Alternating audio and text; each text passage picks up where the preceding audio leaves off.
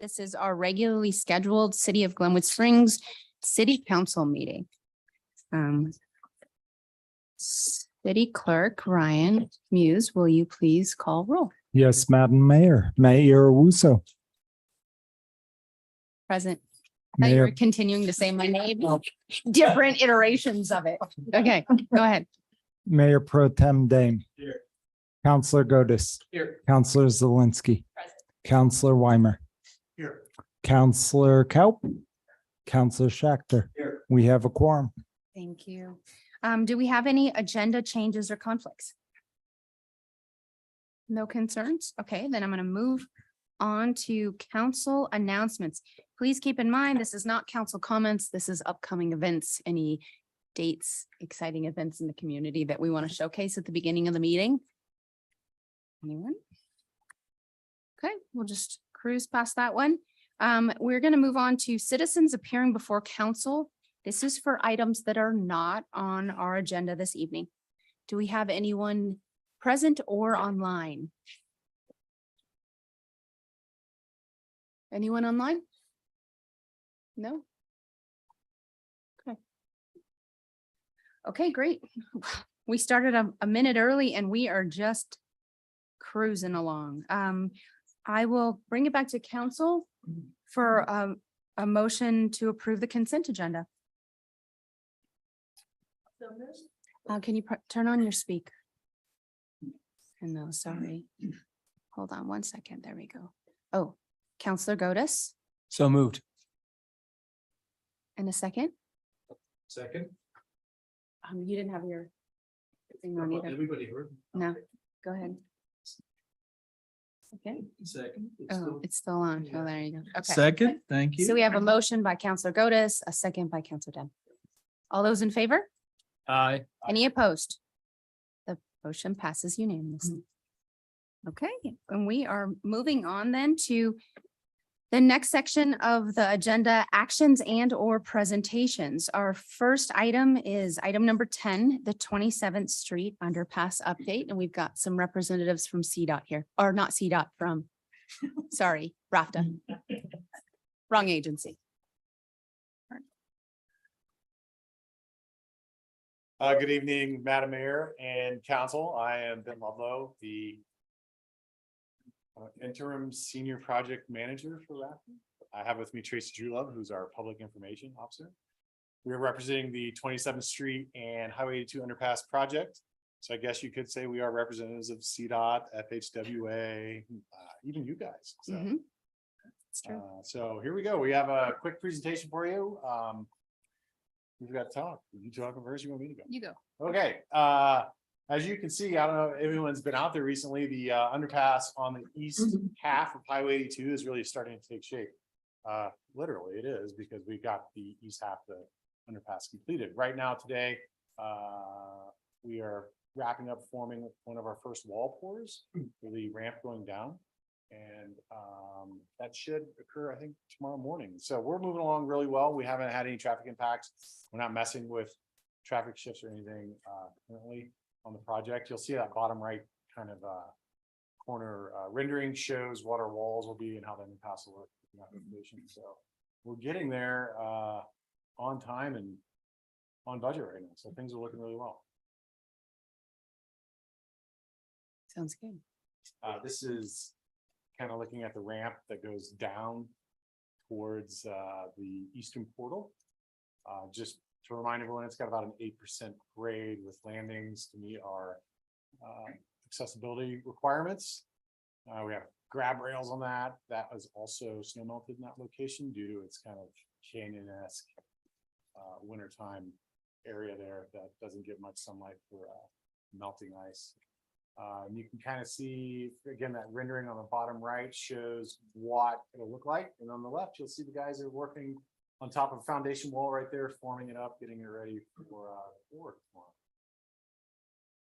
Looks like a lot of dirt and holes right now, but it'll look good. It's gonna look amazing, yeah. Again, continue pretty robust information out. And again, we haven't seen as many impacts, which helps. But as Ben said, we are gonna be moving towards the end of October towards that next shift. And based on what we saw last time, we're just gonna be pushing a lot more information earlier in October to get people wrapped around that coming. You know, our team obviously learned a lot from that shift as well. So Tony Strain, who's the project manager for Myers and Sons, is, you know, obviously preparing the team for all of that. Everything you've been doing to send out people, we're still getting people signing up for updates, so that's great. And I don't know, anything else you have to share on that front? Yeah, we have a hard pave date of October 20th to pave over the top of the underpass. After that, we will have 1 or 2 nighttime closures of Highway 82 and 27th Street. We'll have that released as we warn everyone. We'll have traffic routed from 23rd all the way down to the Buffalo Valley Light, except for local traffic and buses, so that we can redo the striping right there. That was one of our biggest challenges we found last time, was doing all the striping during the shift was difficult. I do a lot of last second lane closures all the way up to our time limits. So that's the big thing that'll happen next month when we do our traffic shift. Great, thank you. And I really think that's the end of our presentation. So I know we always like to open it up for any questions you have. Do we have any questions this evening with council? Looks like it's moving right along. Yeah. Great. Gaining some steam. That's right. Yeah, Right before the snow starts to fly. right? Yeah. I do think that's important to mention though, and I think you have, you know, depending on what happens with this team is actually planning to be there through winter. Like we'll be working through winter. There is not a planned winter shutdown. There's not. But you know, we'll see what kind of snow days we have too, because that'll impact the team. But we'll just keep up with our updates out to everybody throughout the course of the project. Thanks for having us. Thank you. Thank you both, as well as your assistants. Yeah. They're the best part of tonight. Yeah. Department ladies open to that. Nice. Great. Excellent. Thank you. Okay. We'll go ahead and move on to item number 11, youth zone update. Anybody from youth zone want to come up? Go ahead and tell us your name.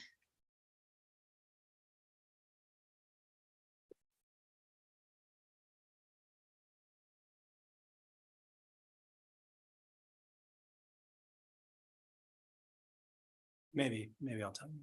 Okay.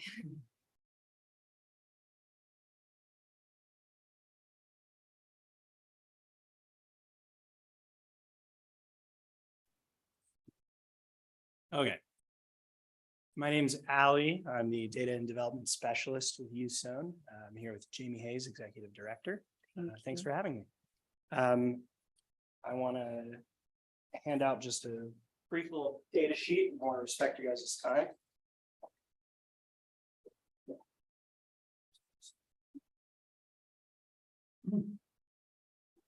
So I want to start by just saying thank you for your support. You guys have been continued supporters of Youth Zone in the past, and we really value that partnership. So I want to give you an idea of where the money that you've given us is going and where we're going in the future.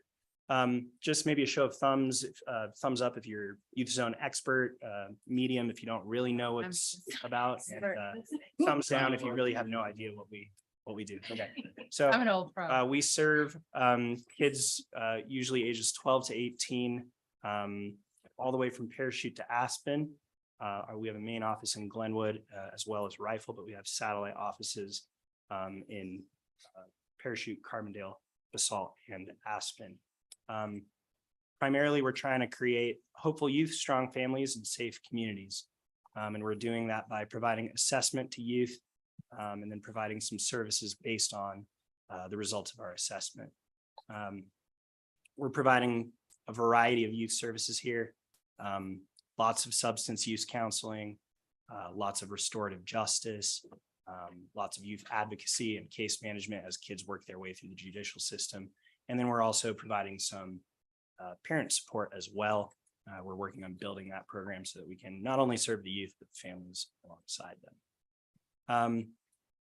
Primarily when they come to us, clients will have to pay a $150 fee, and that kind of unlocks the menu of services that I just showed you. And usually we're providing about $2,000 worth of services per client. So that $150 really gets multiplied. Last year, we provided 488 assessments to 397 unique youth. That's all the way from Parachute to Aspen. And then we also served about 1,500 community members. So those are people that are adjacent to the clients, but maybe not necessarily receiving services directly from us. And we anticipate the same number this year and in the future, with some slight changes in maybe more risky behavior, just not necessarily more clients. So I want to give you just an overview of Glenwood Springs in particular, and this is the same information that you have on that sheet in front of you. We served 68 clients last year. 70% of them are male and 30% were female. So that's a little bigger skew than we see in some other communities. Demographic information, though, is what we would expect. It's about 53% Caucasian, 41% Latino, and then a good balance of African-American, multiracial, and Native American. And that's pretty representative of the community that we live in. The majority of the clients that we serve in Glenwood Springs are coming from the courts. So that's 69% of them. They're coming from District Court, Glenwood Municipal Court, and Garfield County Court. We see about 20% of our clients coming from school and law enforcement, and we'd really like to see that number go up. We'd like to try and catch them before they're in court in the first place. So we've been working on building relationships with our partners in schools and law enforcement agencies, try and capture them upstream. And then 13% are actually coming on their own. Their parents or the kids themselves are identifying that they need help, and they're coming and reaching out to us so that we can provide services to them. And that's a pretty high number here in Glenwood, which is really cool. We like to see that. By and large, the charges that we see are drug and alcohol. And here in Glenwood, the top charge is possession of marijuana. It's far above any of the other charges. We also see a lot of assault and battery, trespass, and then, like I said, lots of people that come in for counseling before they've been charged with anything. Possession of marijuana is not unique to Glenwood. Every jurisdiction, that is the top charge. Everybody in the valley is struggling with that. So Glenwood has some really good numbers, though. 98% of the kids that work with us are not reoffending while they're working with us. So that's 3 to 6 months while they're completing their program. That's one of the highest numbers in our jurisdiction. It's really good. And then 85% of them are successfully completing what we're asking them to do. So showing up to those classes, taking care of the check-ins that they need to do with their case manager. That number could be a little bit higher, but it's still pretty good. And then 24% of the kids that we work with, they report improvement in at least one of the survey areas that we track. So that's delinquency, that's substance use, that's alcohol use, that's trauma, and that's community engagement. So I want to respect your time. Do you guys have any questions for me or for Jamie? Is there anything that you would like to see as council that we're doing more of in your community? Any questions? Back to council. Any questions? Sure. Ellie, thank you. Jamie, thank you. Totally curious, not a loaded question or anything, just really curious. Any change in the marijuana possession numbers before and after legalization?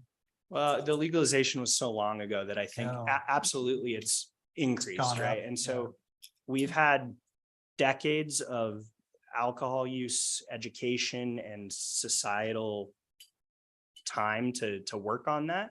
And we're still very much in the thick of what do we do as people with that access. And I think those numbers are definitely going up over time, and numbers of alcohol possession and use are going down over time. So it's definitely, that is one of the biggest lifts, is to figure out where do we go as a society, as a community. And then we also see that vaping is rapidly rising as well. So trying to figure out how do you manage that? So, yeah. Counselor Cow.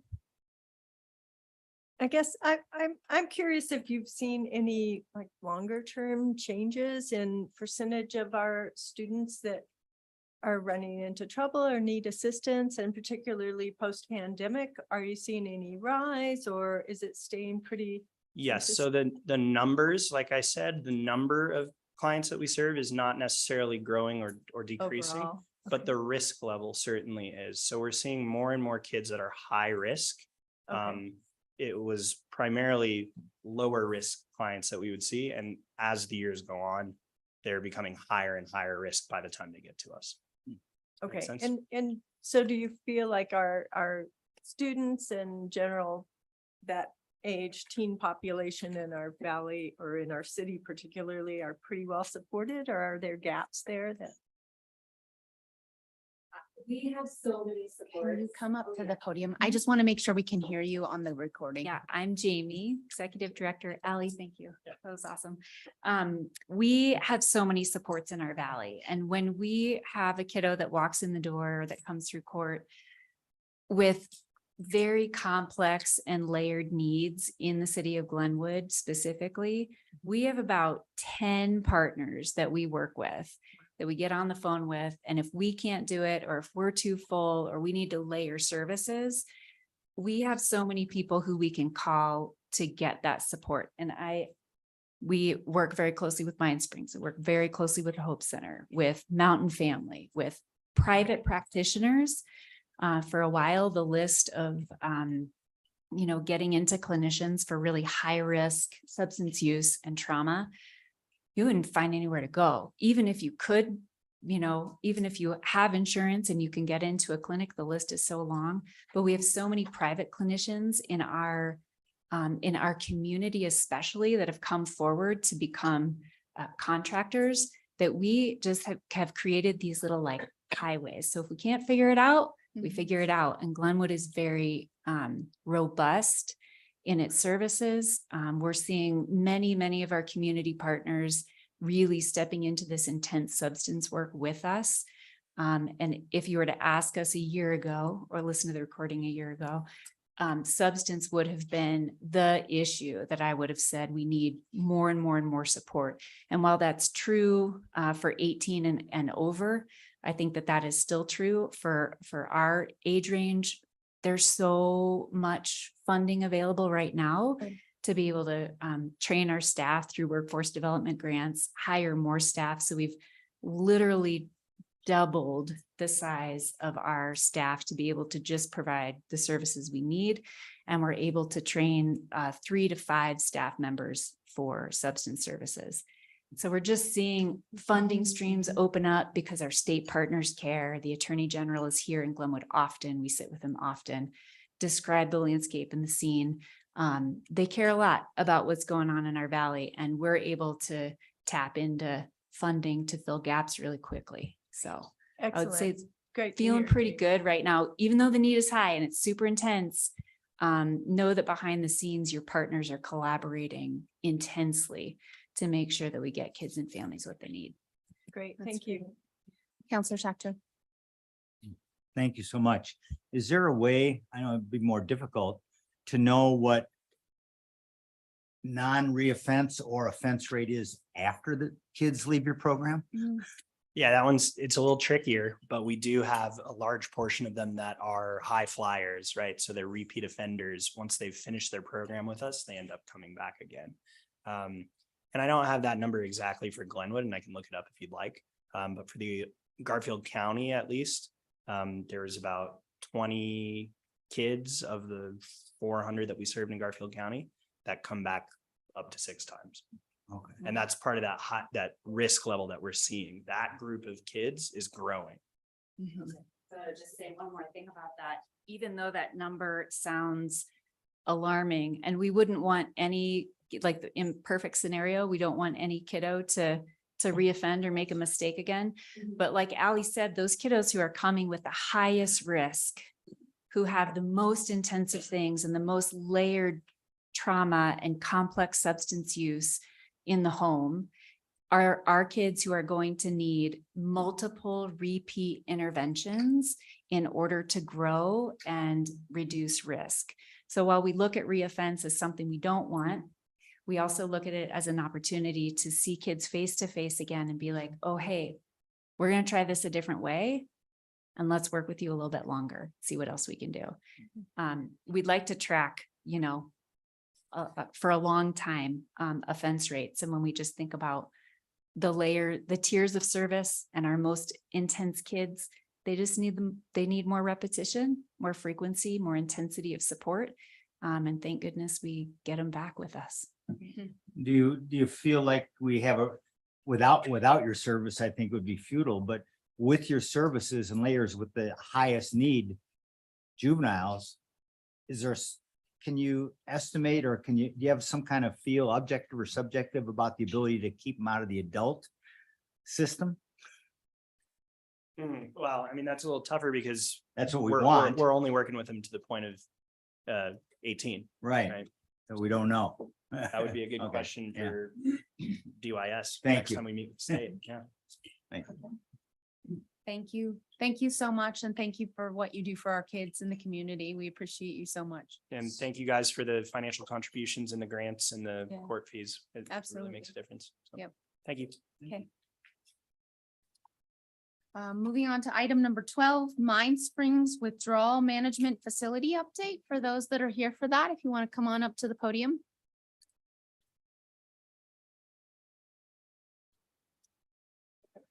Okay.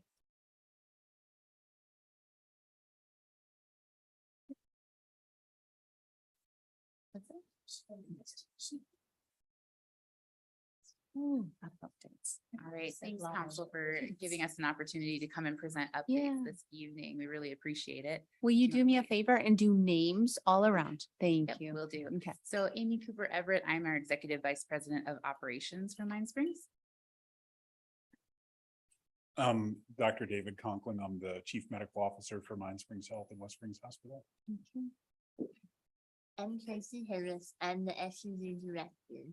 Okay, thank you. Hans Luckring, been program director for Mind Springs Health here for Garfield County. But my role is evolving a little bit to more regional, so I'm technically regional outreach director. Thank you. Thank you so much. Absolutely. So we're here today to talk about our updates to the Glenwood Springs Withdrawal Management Program that we are adding to our current site here at 2802 Grand Avenue. So the withdrawal management is more commonly called a detox, just for those who are a little less familiar with the language. And our unit here in Glenwood Springs will have 8 beds, 5 male, 3 female beds is what we're anticipating for right now, with some flexibility based on community needs. So we could swing those female beds to male. Typically, we see more men in detox programs, but we could also add beds too as needed based on how we see census numbers trend over time. One of the important updates we wanted to bring to the council is that we moved from a social withdrawal management, which is typically like a peer facilitated model operated by a counselor, clinician, and then people who have lived experience in recovery, to a medical model. And Dr. Conklin, I don't know if you want to speak to the reasoning why a little bit more, but it's a more sustainable model and provides a little bit more in-depth care that I'll let Dr. Conklin speak to. For certain, so there's 24-hour nursing in a medically monitored withdrawal management program and 24-hour access to a medical provider. There's internal medical clearance. So rather than a patient having to go through a local emergency room or some other referral source before stopping at the withdrawal management program, there's internal medical clearance, so they can just be dropped off by police or show up of their own volition, and we can take care of them from the beginning all the way to the end of the process. And as we've instituted the 3.7 level of a medical model in Grand Junction, what we've seen is that we're better able to handle the bumps in the road than when we were a social model detox. So fewer patients who end up going back to the emergency room, or where we have to send them out for some other kind of reason. And those are really the big benefits to the community and other community partners while we'll be interfacing with the detox. And the patients, of course. Thank you. Thank you. The other progress is just kind of where we're at with the project. Right now, we're kind of working with our construction team. They're working on the plumbing and electric. They've gotten some of the pipes in, which it kind of leads us to, I know what everybody wants to know is when will they open, right? And I think tentatively we're hoping for like the late first quarter. 24th of March, tentatively is what we're hoping for.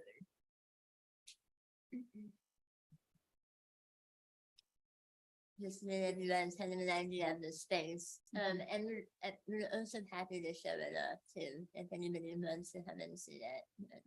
Yeah, thank you for that offer. And then some of the benefits, which I think, Dr. Conklin covered all the highlights here. And I would just reiterate that for the city and the hospitals in particular, we're really hoping to see a decrease in the use of the ED, because we'll be able to manage a lot of that. And it is more sustainable, as a medical model. It's just we're better able to go through it.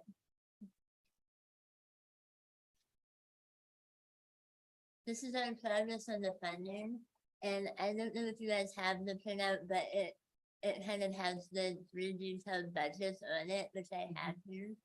But this is kind of the high level overview. What we've seen so far, the request that we're making to the couple of our community partners is to move some of their dollars allocated to operations in the capital, and so that's that 240,000 we've asked Rifle to do that, Northfield County and Valley View. Okay. And then you can kind of see what we're working on, approximately 460 still to go. We do have several grants that we've applied for, several out pending now, and we do have a targeted giving campaign that we're working on as well. And we're confident that we're running it then. Yeah, so in addition to feeling confident we're gonna get there, we've also committed to using our own reserves to finish this project, should we need to keep everything on Thank you. track for that end of Q1 24 deadline. So again, March, April is what we're really hoping for, just for anybody who's in the construction business. I can Yeah. tell you, we had to wait over 180 days for an electrical panel, and that had to be in place before we could do a lot of other projects. So we're really grateful to be working with a RAM development, a local contractor. So they've been really good to us. They've done some other work for us in the past. So Bobby and his team have really been keeping us up to date on where we're at with progress. And we want to do the same for you as a council, because I know this is definitely a necessary community resource. As our predecessors spoke before us, substance use has definitely increased during COVID, during the pandemic. And the severity of substances and the lethality of them is really something we're trying to focus on and bring a solution to. I think also learning that, having 3.7 medically supported model is smarter for the community, for our hospitals, less stress on the system.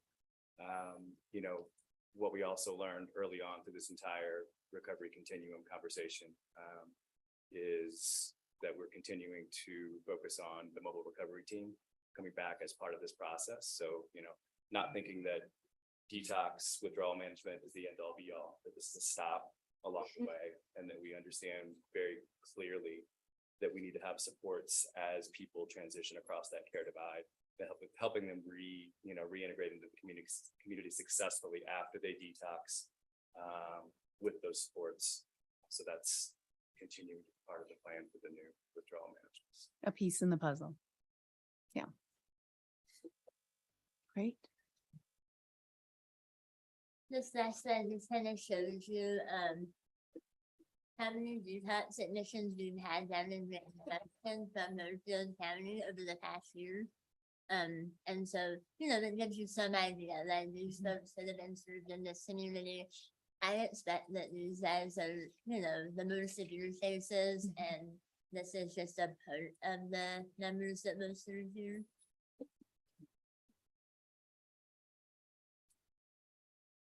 And then probably on this PowerPoint, this won't come out real well, but I think you guys have it in front of you. Do you have any questions about the budget or anything else?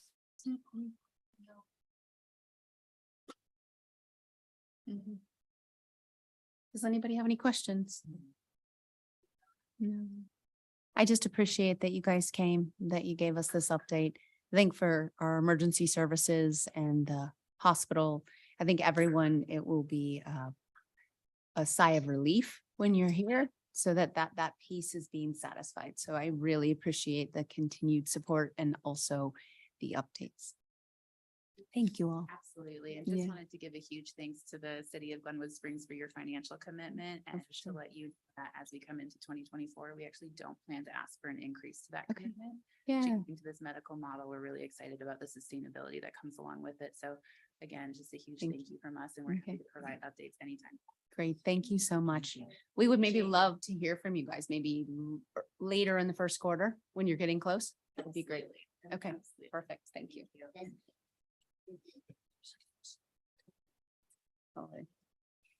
Okay. Okay. Item number 13, Lova Trail Update. Famous Jeannie Golay will enter the scene.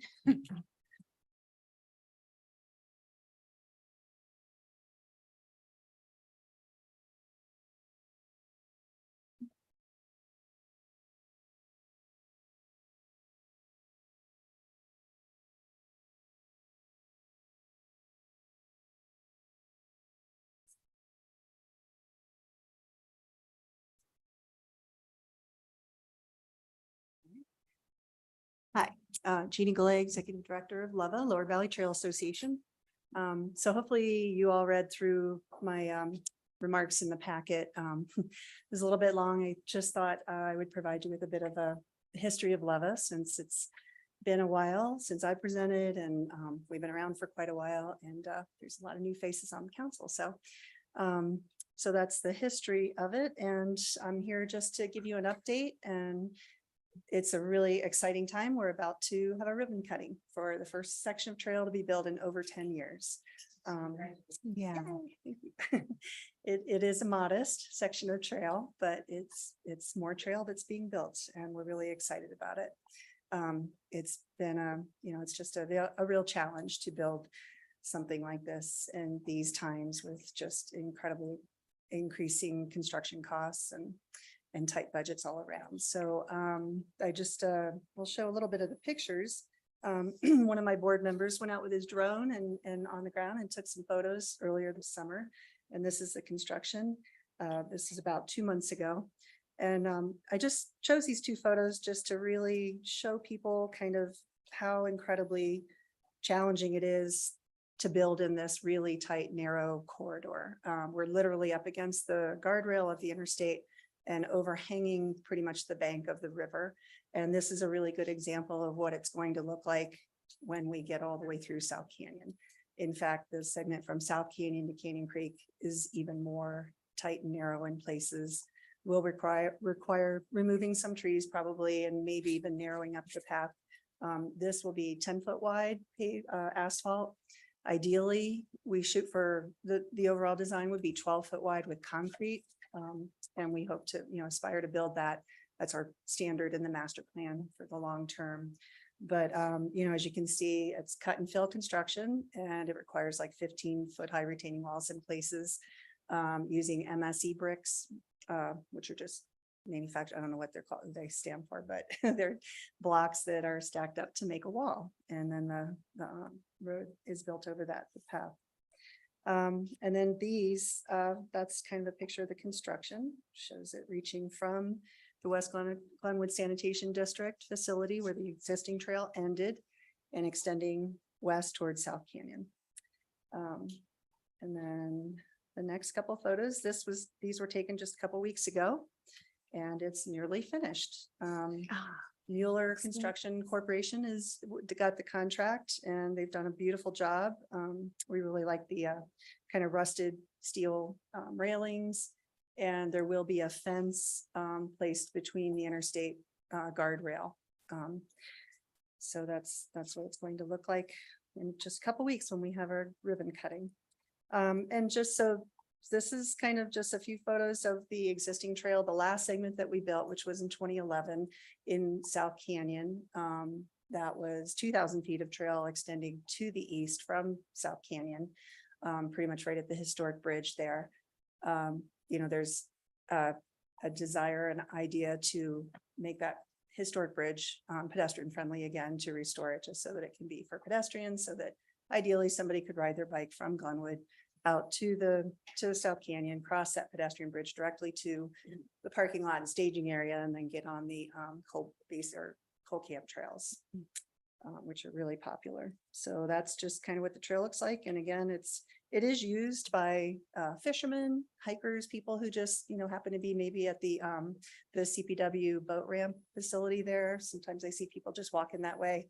Definitely fishermen and people who are scouting for kayaking and rafting and just birders, Ducks Unlimited people. There's a lot of user groups that just realize that there's a nice little access point there. And as you can see, it ends with a little round kind of bulb out there. And this is looking to the east. And then this is kind of what the current conditions are now. With the lack of a trail, there are people riding on the interstate.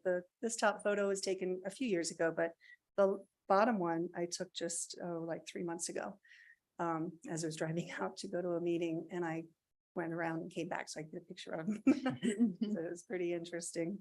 But overall, it's just, I'm really happy to just be reporting that we're going to be having like ribbon cutting, and, the real star of the real hero of the story is the FMLD, Federal Middle East District, that granted us $700,000 right before the pandemic. And they've stuck with us and given us a lot of extensions. And I think Greg Rippey is right there, the chairman of the FMLD. So we're really grateful to them and all the funders, Garfield County, City of Glenwood, RAFTA, and Town of Newcastle, who've all really pitched in to keep this thing going. Once we do cut the ribbon, we're focusing on just keeping the project moving, building on this momentum. The FLAP, Federal Lands Access Program, is a big grant program that comes around every 3 years. It is coming up next year. I don't know if we're going to have the momentum to prepare an application. Hoping to continue working with the city and the grant writing, Ashley Badash and the grant writing consultant that you all retain. RAFTA has a dedicated pot of funding that was approved and earmarked specifically for the Lovett Trail. So we kind of have that in our back pocket that we can always contribute to any local match. It's a really big grant program, but it requires a big match. So, but we're just going to keep plugging away. And the other area of focus is what I'm calling the Coleridge Trail, which is basically connecting Newcastle to Silt and connecting Coleridge for school kids and people just wanting to have a safe, separated place to travel, commute, recreate, exercise, take their kids in strollers, push their wheelchairs. It's a multi-use facility. It's more than just a bike path. It's just a really important amenity. And we're just going to keep working on it. So that's my presentation. I'm happy to entertain any questions. Any questions? Oh, Aaron, Counselor Zelinski. Congratulations. I'm just curious, when did construction start on that particular piece of trail? I believe it was mid-May or June. Okay. And, So once ground gets broken, it moves along fairly quickly. mhm, It's just getting that first bit started. mhm. Got it. Yeah, and originally CDOT wanted to limit Mueller to 90 days of lane closure. And I believe that they did get an extension on that just because it wasn't realistic. And that's really, that and the walls are like the biggest cost centers for this contract and will be for any construction, is just building in the interstate right away.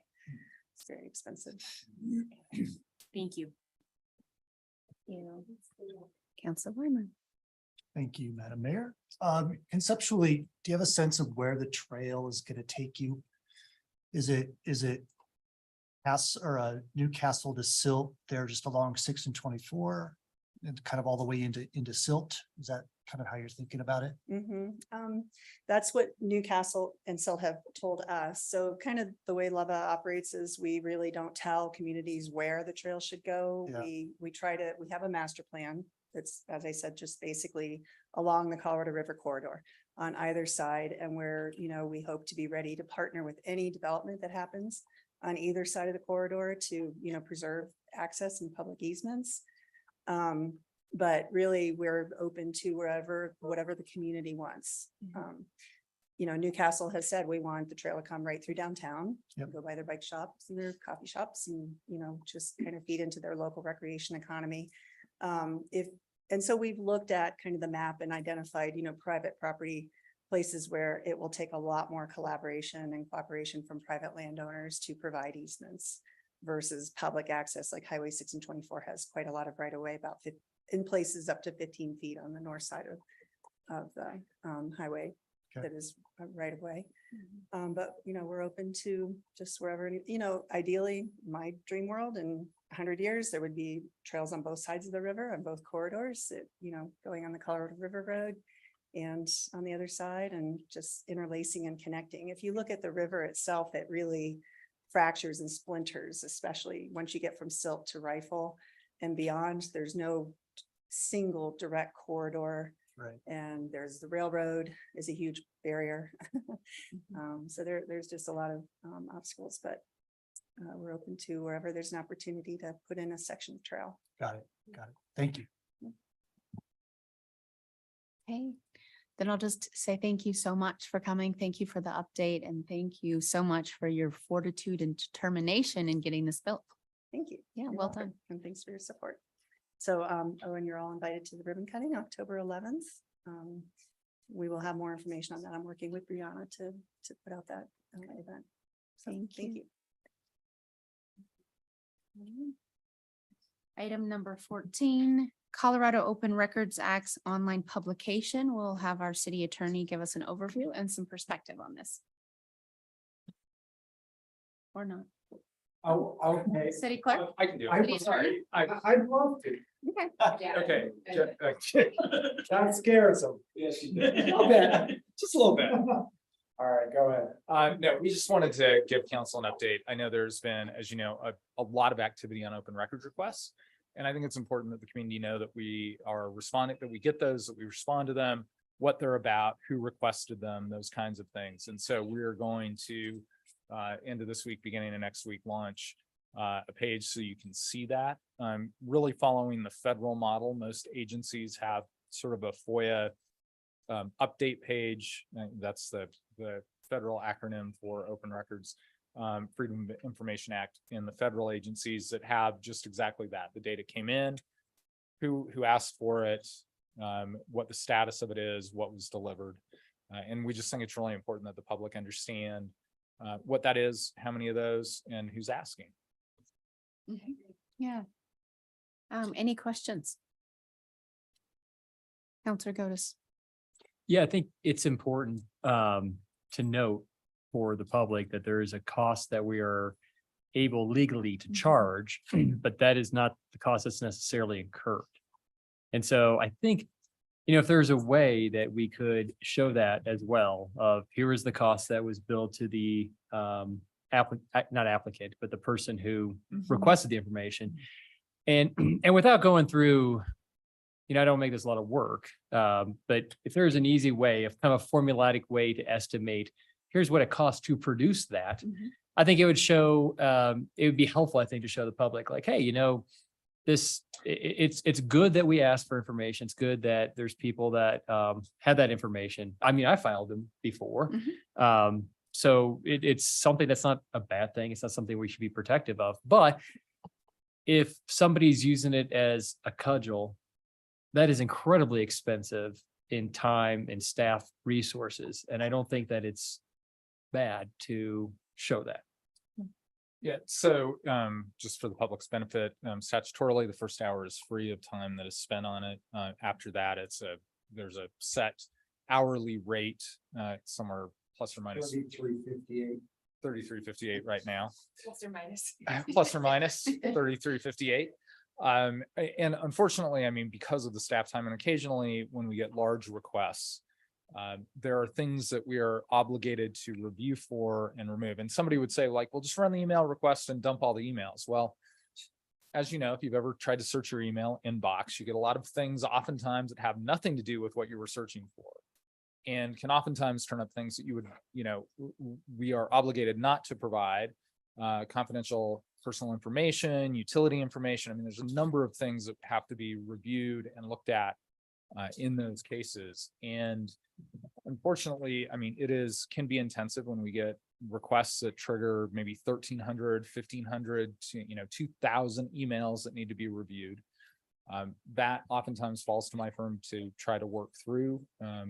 as a way to extend the ability of the staff to deal with it, because they literally would be getting not a lot done. And so there are weeks when, when we're spending 10 hours of time sifting through emails.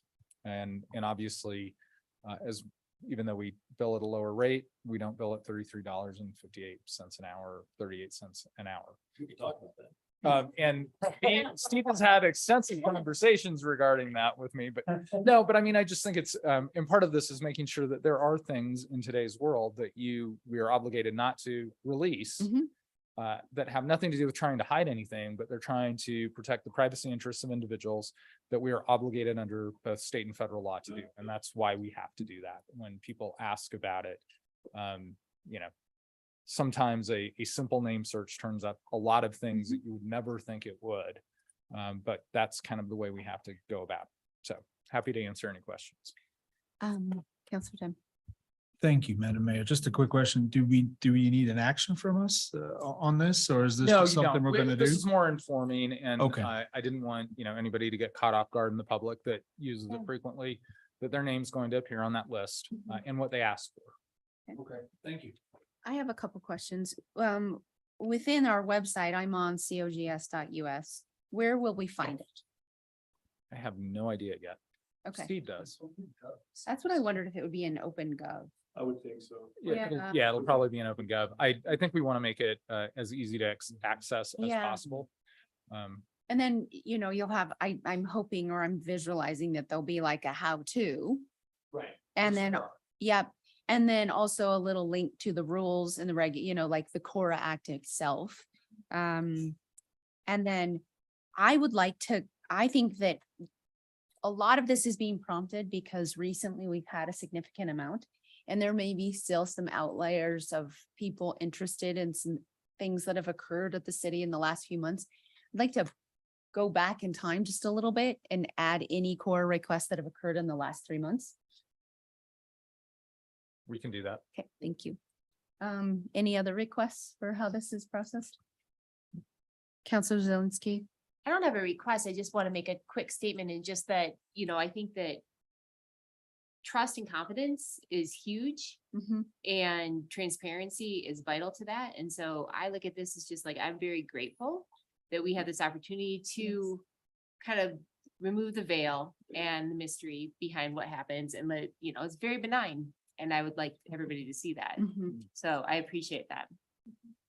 And if we don't have to have our staff duplicate work, I'm thrilled, because a lot of people probably can find what they need potentially in a past request. So I hope this makes for a very amenable relationship with the community in finding the information that they want and pertaining to our city government. So, okay, thank you. Okay. Sorry. So in doing that, will there be a search feature? Because I'm imagining if we have multiple core requests that come through, and I will have a particular subject I'm interested in. Yeah, I think for right now, I think, I mean, you can always search a web Like a page keyword. for, something that is on it.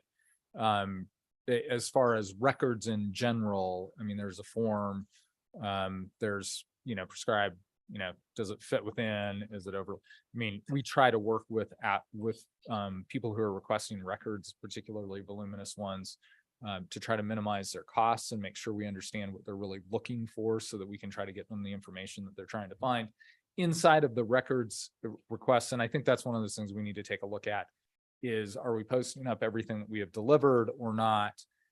Just from how does that work on the website standpoint? Or are we just posting up, who requested it, how long it took to fulfill it, what it cost, and how many pages were delivered, or something like that. So we're still trying to work on some of those details. Got it. Okay, Well, thank you. I would just make my preference be that there's obviously a way that's being done at higher tiers of government. And if possible, if it's not cumbersome, we just emulate that. So, Councilor Schechter. Just a question, because I don't know much about this. Once we're going to show a list perhaps of what's been requested by whom and when and how many pages. Once a core request is granted, can anybody in the public then review it or see it, or is it just to the recipient? Well, it typically is just sent to the recipient, Mhm. and at the federal level, they don't actually post the materials that we're given, they just post the outcomes. Certainly it's easier for us to, like, if you say, I would like that the Mhm. same thing, I mean, it's pretty easy for us to do, obviously. But all of those records that are open to the public are open to the public. Anybody can request them at any time. Just make a request. And like I said, the first hour is free of us pulling that together. And, you know, the vast majority are things like maybe information on a building permit file. Super easy. They're, you know, they're in electronic format. We can pull those together and get them to you right away. I mean, there are a ton of these requests that are pretty benign in the sense, or not benign, but are efficient for us to fulfill. The ones that are most problematic, frankly, are when we have to go through, and you guys will remember back when we were in the middle of the RMI litigation, we had a few records requests that produced 7,000 emails that we needed to work through. So it can run a gamut on how much time it takes to deal with. Okay, any other questions? Okay, then we will move on to item number 15. This is an ordinance. It's ordinance 2023-15 code amendments to title 070 regarding childcare and other minor changes. Good evening, Mayor and Council. Hannah Klausman, Director of Community and Economic Development. And I am actually subbing in for Senior Principal Planner Jim Hardcastle, who is out sick. So I'm going to be wrapping this up in summary format for you guys. But also sufficient. Yeah. Let me just grab and share the main component of this, which is really the use table. And share screen. So make sure everyone can see this. Give it a second, because I just moved it around. So this is a code amendment request, and Jim gave you guys a very lengthy presentation about all the details of all the ways that we are proposing code amendments. So hopefully you remember them all, can recite them by heart. But the main meat of this change is aimed at childcare uses. And a major component of this is us updating our code to match with state legislation that passed in 2021. Sounds right. And so with that, what I'm showing here is our table of allowed uses. And you can see that we have several categories under adult and childcare facilities. We have made some additional changes from the last time that Jim presented to you after discussing it with you. So I'm going to go over those. Very minor, but you guys had some good comments. And also in going back through the state legislation, we needed to change some of the categories to better match that new law.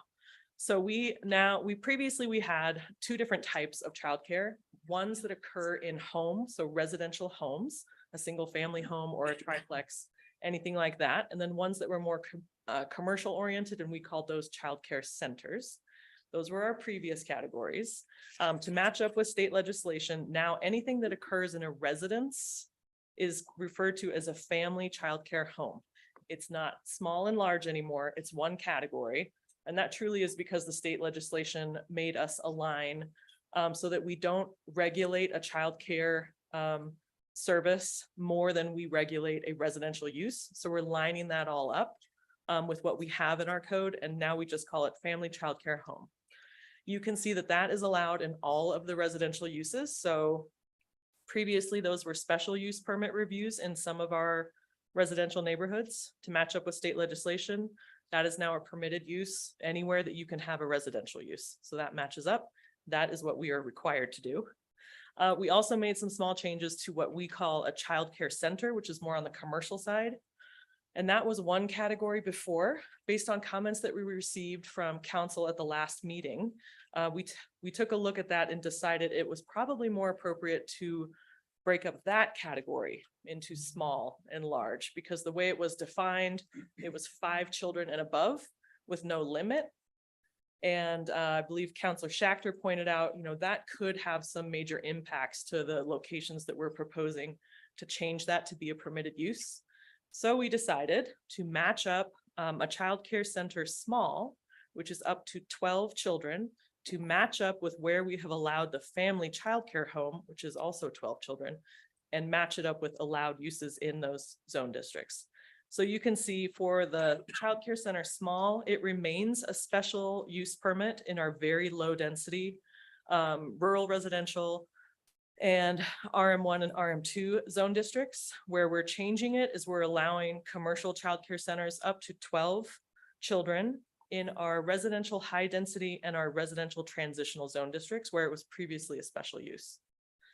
Our childcare center large will remain a special use permit in all of our residential districts because that is 12 kids and above. So it can get to very large status, which we'd love to see, right? But we do also want to bring that in and review it as a use depending on where it's going, if it's in the residential zones.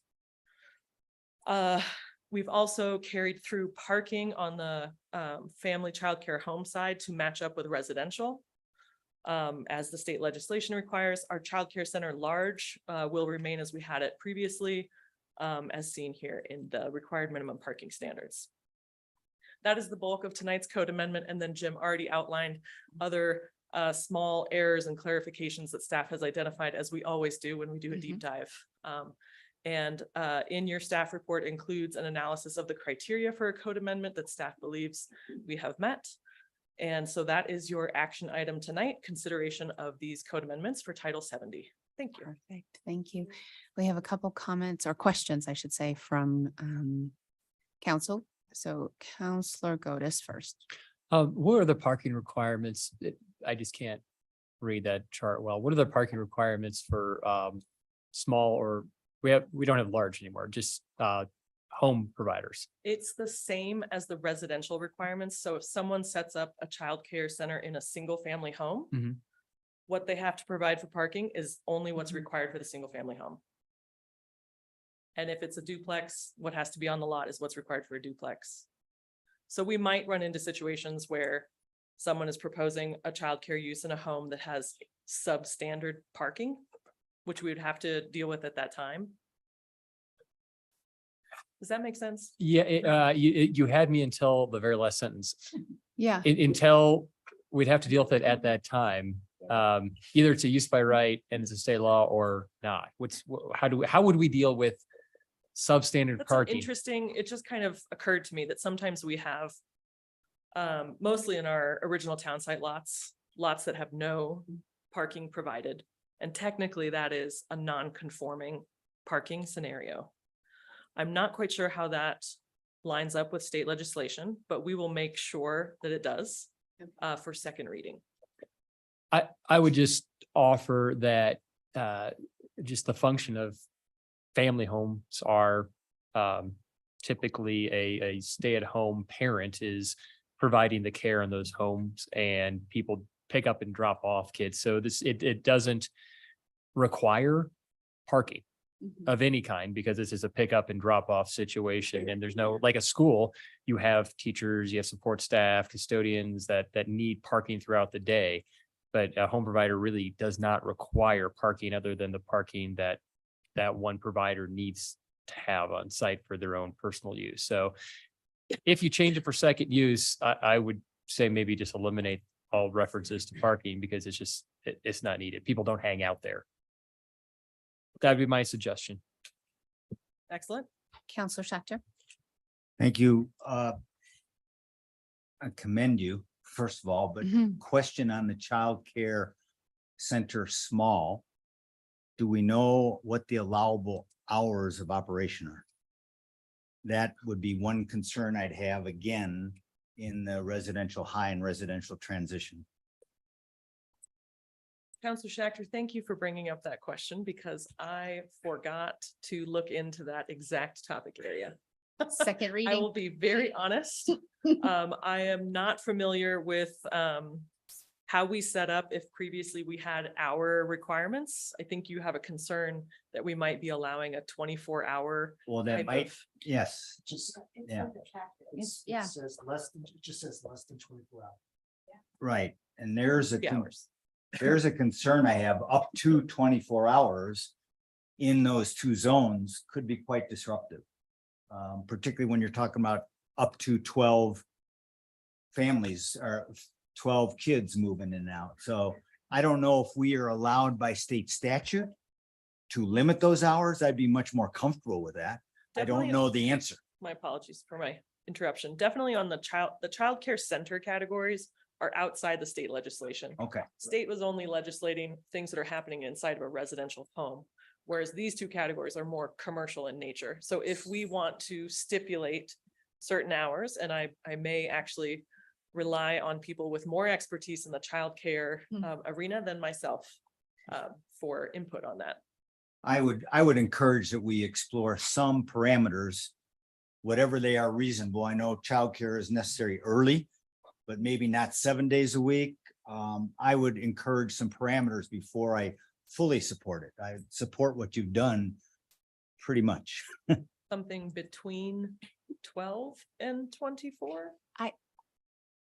I don't know the answer. Let's hold Thank off. you. Let's have a discussion. So, Thank you. That's all. okay, great.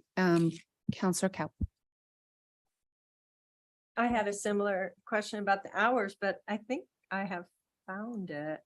For childcare centers small in the definition, it does say the term includes facilities commonly known as daycare centers, and those facilities that give 24-hour care for children and include those facilities for children under the age of 6. Let's see. Okay. So I don't actually have a problem with facilities if they're designed for that and they're giving, 24-hour care. And I guess on the home though, in the home, the childcare home, those are specifically less than 24 hours a day. But again, I can't say that I really have a problem with it because a home has someone in it for 24 hours a day. So is it out of reason? But anyway, that was my question too, was verification on those hours of operation. Not that I have a problem with it, but just understanding that. Counselor Cotis. Yeah, I think similar to your concern, you're thinking more, if I might ask, are you thinking more concerned about like residential, single family neighborhoods having a business operation 24 hours?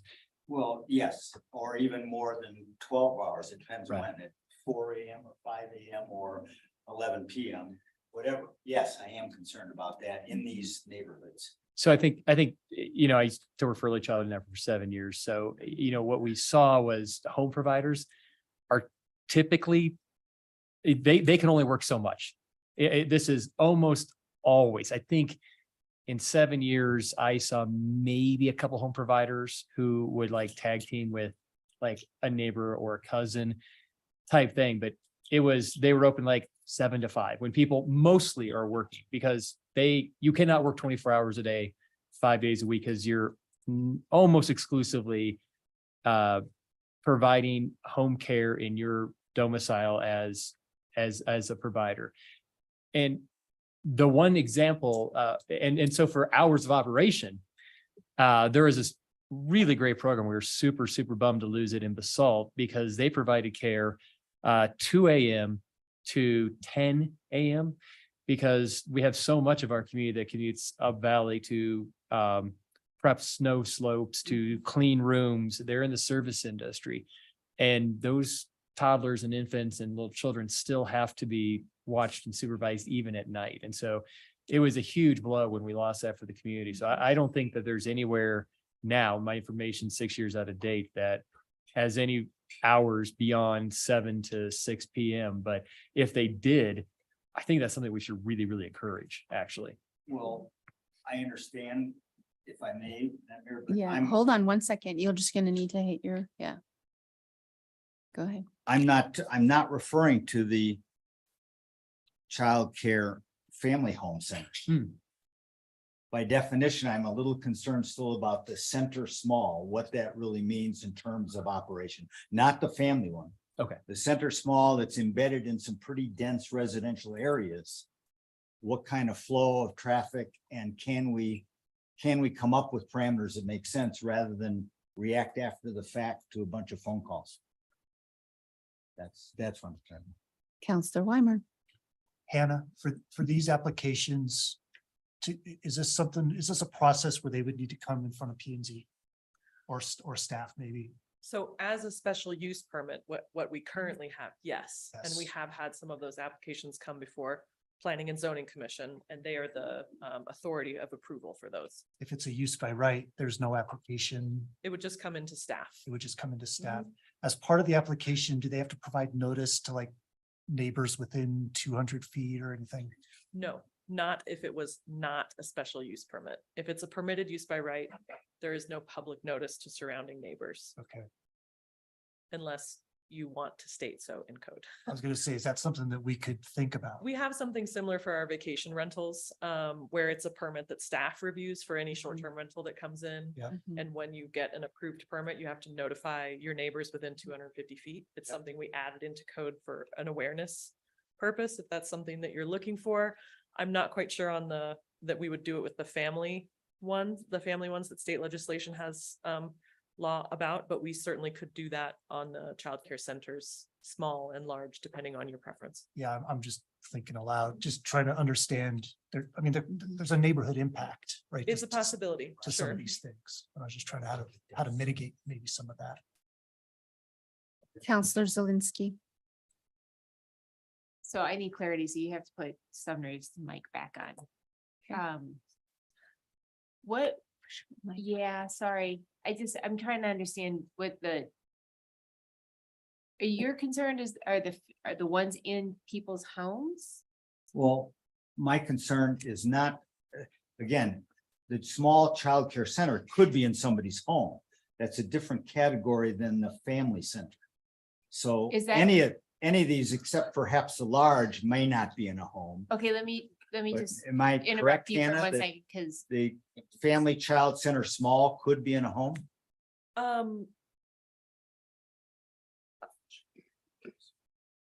I don't know why it would be, I guess.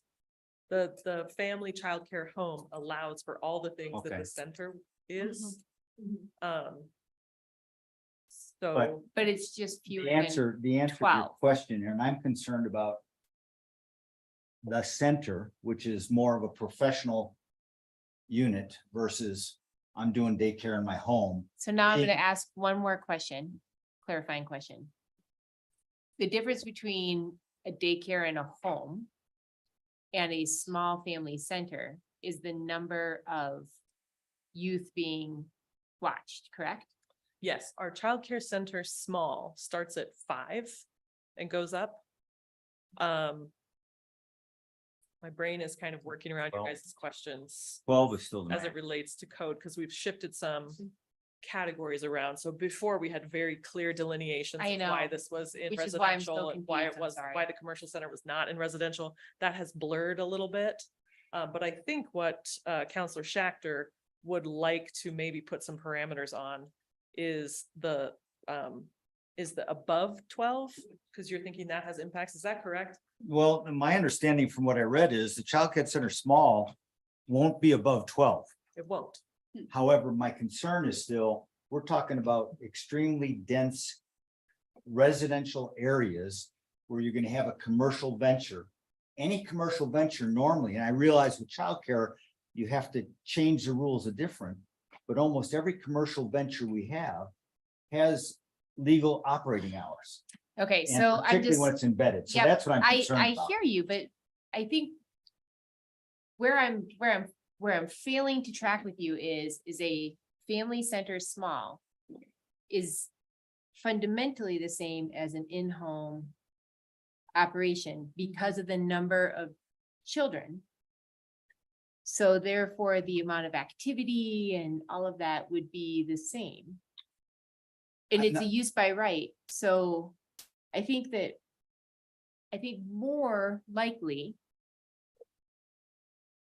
they're gonna track, I think that we're getting bogged down in the detail that maybe is unnecessary. Well, maybe, but I don't want to find out after the fact. And here's what I'm hearing, Counselor Zelinski, and I heard from Counselor Godus. If it's a true in-house family run by whomever lives there full time, it's not likely to be a round the clock operation because they have their own lives. And it's not what we would consider a standalone business, it's a residence with an allowed use in that. When we get to the centers, we're actually talking about commercial use theoretically at least with paid directors, paid staff that have to meet certain state standards. And there, I'm concerned about not the number of kids, 12 is the limit on a small one. The other one is special use, but I'm still concerned about the hours. And if I embed in a highly dense neighborhood and I want to serve our Up Valley workers, or as Counselor Goda said, some of the people that work in the ski area, I potentially could have traffic, high amount of traffic at 2 a.m. as you referred to at that basalt. And again, at 5 a.m. I'm not sure I'm totally comfortable with that in these two very dense residential neighborhoods. That's the difference. One is commercial. We usually set hours for any commercial business permit that we have. And I don't know what those reasonable hours are to meet kids, but I am comfortable that we are going to 6 to 8 use by rights where we had none. So regardless, we're expanding the opportunities huge, but I'm really concerned about the impact of this one particular category. Okay. Not that they shouldn't have it, but some parameters around it. That's my concern. if that Counselor makes sense. Godus. There's no such thing as a small center. There's a definition of it, but they literally don't exist anywhere from DeBeck to Aspen. And I've never seen it exist. Not saying that it couldn't exist, but the economics of a small center of providing staff and a director level certification, there is no for-profit. Let me be clear. There has not been any for-profit childcare center in this valley in the last decade because for-profit childcare centers do not work economically. It's either home providers who have their overhead taken care of because it's their mortgage and it's already taken care of, or it's a Blue Lake preschool, it's an R school, it's a nonprofit model. So I don't want to dismiss what you're saying, but it is, I think it is a since they don't exist and they haven't, at least in, since I've been involved with it since 2010, it's just not a use that it's fine to have it as a category, just doesn't exist. May I respond? Yeah, and then, okay. In that case, I don't know whether we can eliminate the category, or if I listen to you, then if they don't exist, then there's no harm in putting parameters of hours around them. Should they all of a sudden exist? That's all. Thank you. Counselor Dem. Thank you. Could I just? You turned yourself off. I follow. Okay. Could I please see the table again? Yes. Okay. And my question is actually, it's been said, if the family child care home is the exact same thing as a child care center small, There are differences. what's the difference exactly?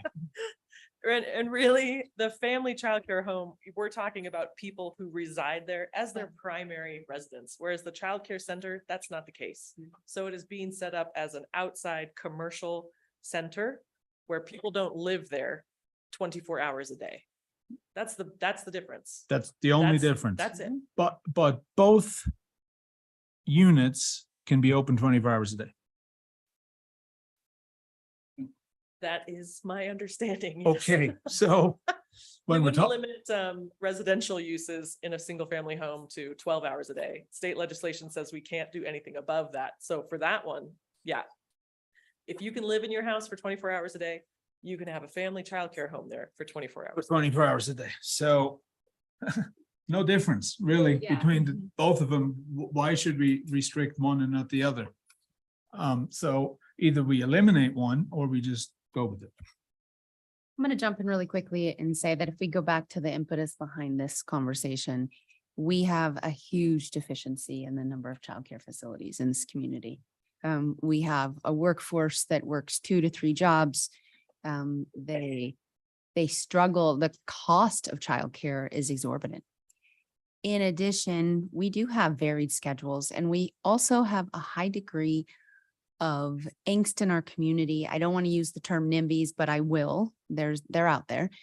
And the minute we put parameters on something like this, then, you know, somebody's picking up their kid at 9 o'clock at night and the cutoff was 8, but she had to work late, and then there's complaints. And then the childcare facility gets shut down because of the challenges associated with it. And then we're deficient even one more facility.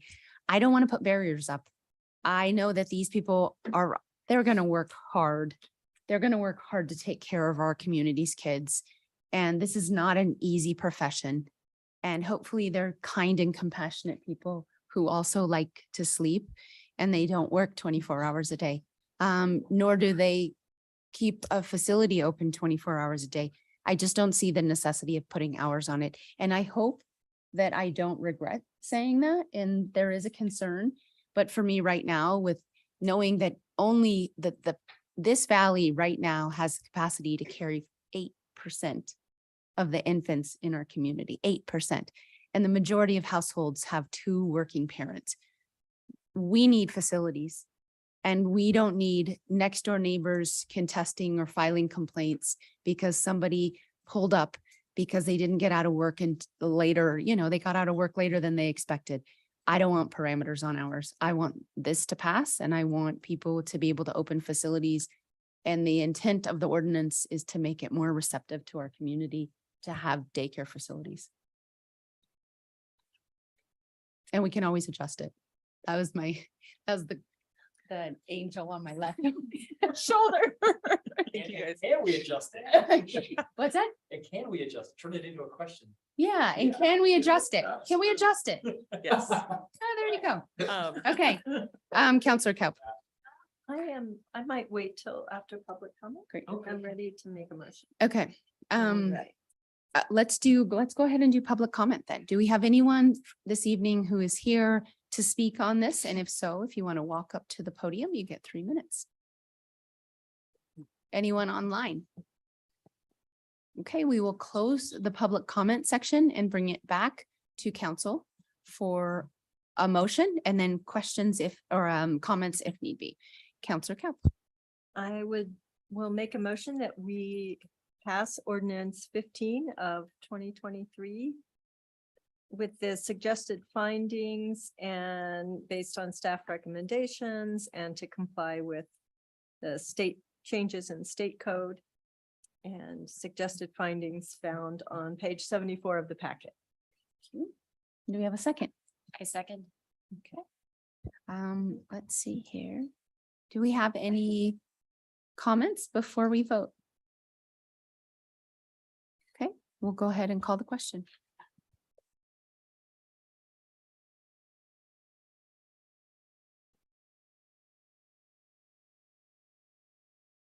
It passes. It's unanimous. Thank you very much. Great, thank you. Do we want to take a quick, does anybody want to take a quick break before we start our next item? Sure. Okay, great. Okay.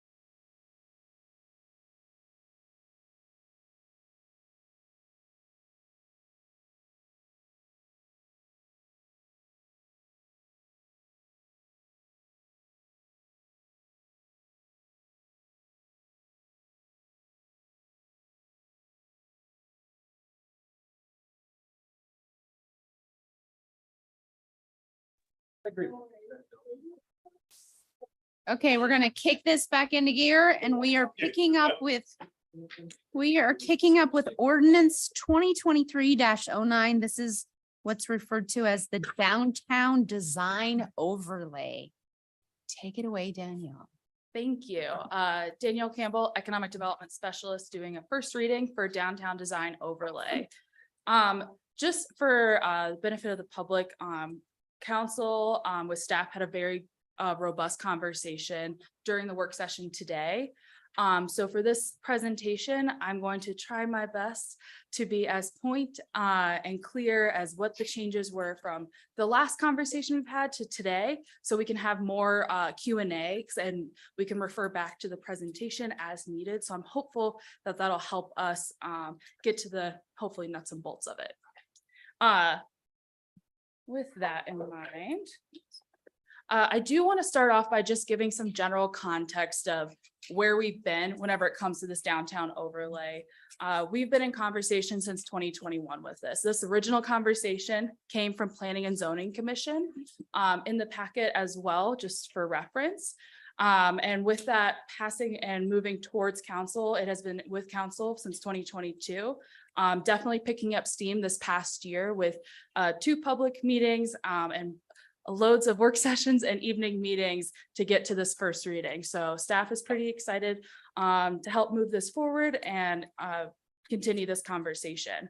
So with that, I do want to talk about the why. So during the last work session, which was last month, we've been focusing a lot around uses, and that's been a lot of the conversation over the past 2 years of what are the type of uses to make that business vibrancy? What do we want to see? We want to be able to walk around and have that vibrancy and be able to walk block to block and experience that activation, that street life. That is really the purpose of this overlay. So a lot of the conversation has resulted into uses.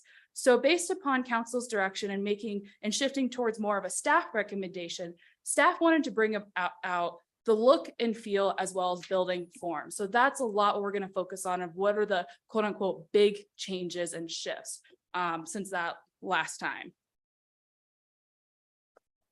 So just to kind of bring some context of what is look and feel, what is building form, right?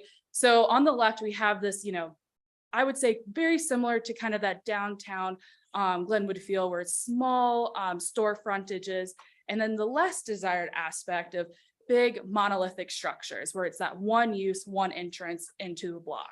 So that's where we really shifted. And whenever we say that look and feel and building form, that is what we're referring to. I will try my best to be quick with this, but I do have a couple of points on those big shifts. One of the main changes that we have made is splitting into that simplicity aspect. So how staff achieved this was splitting from existing buildings to new buildings or development on vacant land and gutted. So which would mean 80% of the ground floor where you're only keeping that outside structure and everything else being removed, achieving that 80% demoed. That's how we're splitting this. First being new businesses. Whenever we're talking about existing buildings, one of the other big shifts that we're thinking through that is we don't want to punish businesses for putting in approved use that we want to see. So one of the big shifts that we did there is if a new business comes into the ground floor, anywhere on the ground floor, that is allowed. Previously, that was not something that was allowed in other overlay discussions. So pretty big shift there.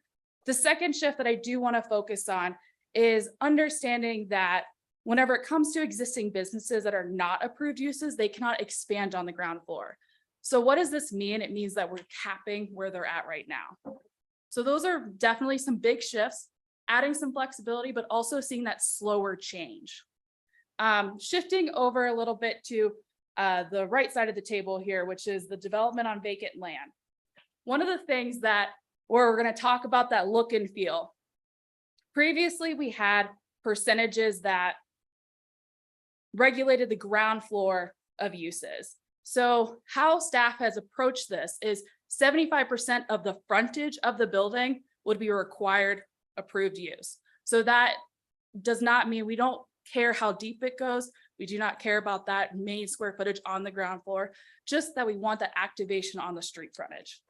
So that was a pretty big shift. Second shift is kind of going a little bit more into building form. So one of the things when we're talking about those monolithic structures, a lot of other codes have done something similar to this, which is anything wider over whatever square footage, and what we are proposing tonight is 100 square feet. If it is wider, then the building must architecturally look like a series of buildings. So this still includes a 75% of that building has to be an approved use. So I don't want to make sure that that stays in there. However, the look and feel has to have that vibrancy and that you're walking across and you're seeing something different. So that's the achievement there. One of the things that we've tried our best to achieve that is if it is wider than 100 feet, it has to look through two architectural distinctiveness, which is facade color or material change, or having a recessed public entrance. And to be clear, within that 50 feet, you are required to have a public entrance. So you can't just have one and it be recessed every 50 feet. It has to have some public entrance there. So that does not change. And then the final thing, which has not changed, but I do just want to speak very clearly to this, is when it's a new development, the parking has to be on the rear. New development on vacant land or demolished building. So just want to be very, very clear, only those two things. So jumping, like I said, right into this, and we can move my picture. Okay, thank you. This is the proposed boundary that staff has put forward. The one big shift from this to last time is there's no inner and there's no outer boundary. Simplified. So there's one boundary. And this is what we've proposed so far. And I'm sure we'll get back to this in a second. So with that, what are the exemptions? I do want to talk about that. We've had a really great, robust conversation with DDA Tuesday. And one of the things that I do want to call out is the one for the public, the highlighted in blue is something that was changed based upon that DDA conversation. So just to read it out loud, deed restricted housing, including resident occupied and or affordability at or below 100%, excluding units required under our inclusionary housing code currently. So just making it very clear, you still have to accommodate to that. And then the second thing that I do want to call out here, this was more of a shift based upon our last conversation, is buildings on the National Historic Registry or local landmark that have existing residential on the ground floor are exempt. A lot of the conversations we've had is how do we preserve residential on the ground floor? So that was staff's way of achieving that. The next thing, and this I believe is my last slide, and then I'll open it up to Q&A, is approved uses. This has mostly stayed the same since our first conversation. The only thing I really want to call out again is that highlighted in blue, because this was different based upon the DDA conversation, is number 4 here, commercial outdoor recreational use. So one of the things that was a little bit, let's say, confusing is spas and massages versus outdoor recreation use, specifically on the larger pools outside. So one of the things in order to achieve that as an approved use, because staff does believe that that is vibrancy, people are walking around and we don't want to hinder that. And so for clarity, we wanted to reincorporate that in there. So that was, I would say, a pretty big shift that has happened, just for, again, from our side clarity. And with that, I will close out my presentation and open up to Q&A. Counselor Godus. Just a real quick question. What is the building height allowance right now for most of the downtown core? It's 40 feet use by right and 60 feet with a special use review. Okay, thanks. Counselor Schechter. Thank you. Danielle, could you go please back to the slide of existing versus new construction? Oh, yes, got it. So my question is more concerned about existing buildings, regardless of where we end up with this new zone. I want to know, as it's hard for me to tell from the ordinance about the sale of a building. So I'm looking at a couple scenarios. Okay. If I were to sell the building and the existing non-approved uses stay there, what happens? If I sell the building and the business changes, in other words, there's a new permit issued, what happens? If I don't sell the building, but the business changes on the ground floor, what happens? And by business changing, It could be, I don't know what would happen if it's a change of ownership, but the same type of business versus a change of business totally. If I don't sell it, and the business is the same, but there's a brand new owner, what happens to the existing owners and their rights when that happens, those scenarios? If it's okay, I would actually like to discuss, I put together high level graphics where I think that pertains to this question specifically. It might actually be a little bit bigger, but I think it'll answer it. So let's have an example. There's, again, pretend this is on the ground floor in the overlay. There's a law office, there's a real estate office, and then there's a bank. So on the left side, this is what would be approved. And this involves if they sell the building, if it's a new, sell the business, but it's the same business, fine. Law office can stay. And even if a new non-approved use can be in there. So for example, as you can see, real estate office shifted to engineering office. That would be okay.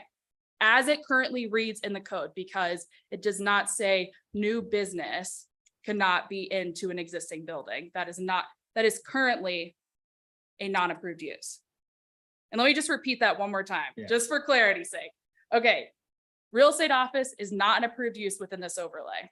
Right. If a new business comes in that's in the same square footage that is also a non-approved use, that is okay if it's in an existing building, as it currently reads in the code. And if I may, would that then continue in perpetuity? That space could be non-conforming forever, regardless of what happens to the building ownership? Correct. So, but let me throw a different example on you just for additional clarity on this. So let's pretend on the right side here, where we say kind of my not allowed icon here, let's say that a law office expands. That would not be allowed. So it's an existing building. As I mentioned, we have capped what it is. So that is where the requirement would come into play. I have another example just for, again, what would be allowed, because I do think this is a useful conversation because how it can get a little bit confusing. Okay, this would also be allowed. Again, that existing same layout can continue. These businesses can continue forever. However, let's say this real estate office goes, new coffee shop comes in. Great, that's an approved use we want to see. That coffee shop can never go back to being a non-approved use. That is how this gets triggered in an existing building. Unless there's a variance. There would be an approved use. Special use. Yeah. No special. Yeah. Thank I you. didn't understand. Okay, special use. This is not, these Um, are great. We're trying to get you guys to look at this visually, but really when you think about it, what we've done here is this is an allowance that we heard from our existing building community. So this is the flexibility that we built back in, hearing those concerns. So truly, if you have a law office, a real estate office, and a bank, that can continue forever. And they can actually be different businesses. They don't need to be the same law office, or they can switch around within. What we're saying is you can continue your non-approved uses until Forever. you hit where you want, like say the law office wants to expand. What we're holding is if you're a business, a non-approved business, and you want to expand, you're growing bigger, you're creating a deeper root set there. And that's where we want to start triggering change. Like maybe it's time for you to look for a larger building somewhere else. So you can continue as you are now with all your non-approved space. As soon as you bring in an approved space, that's when you start the change, right?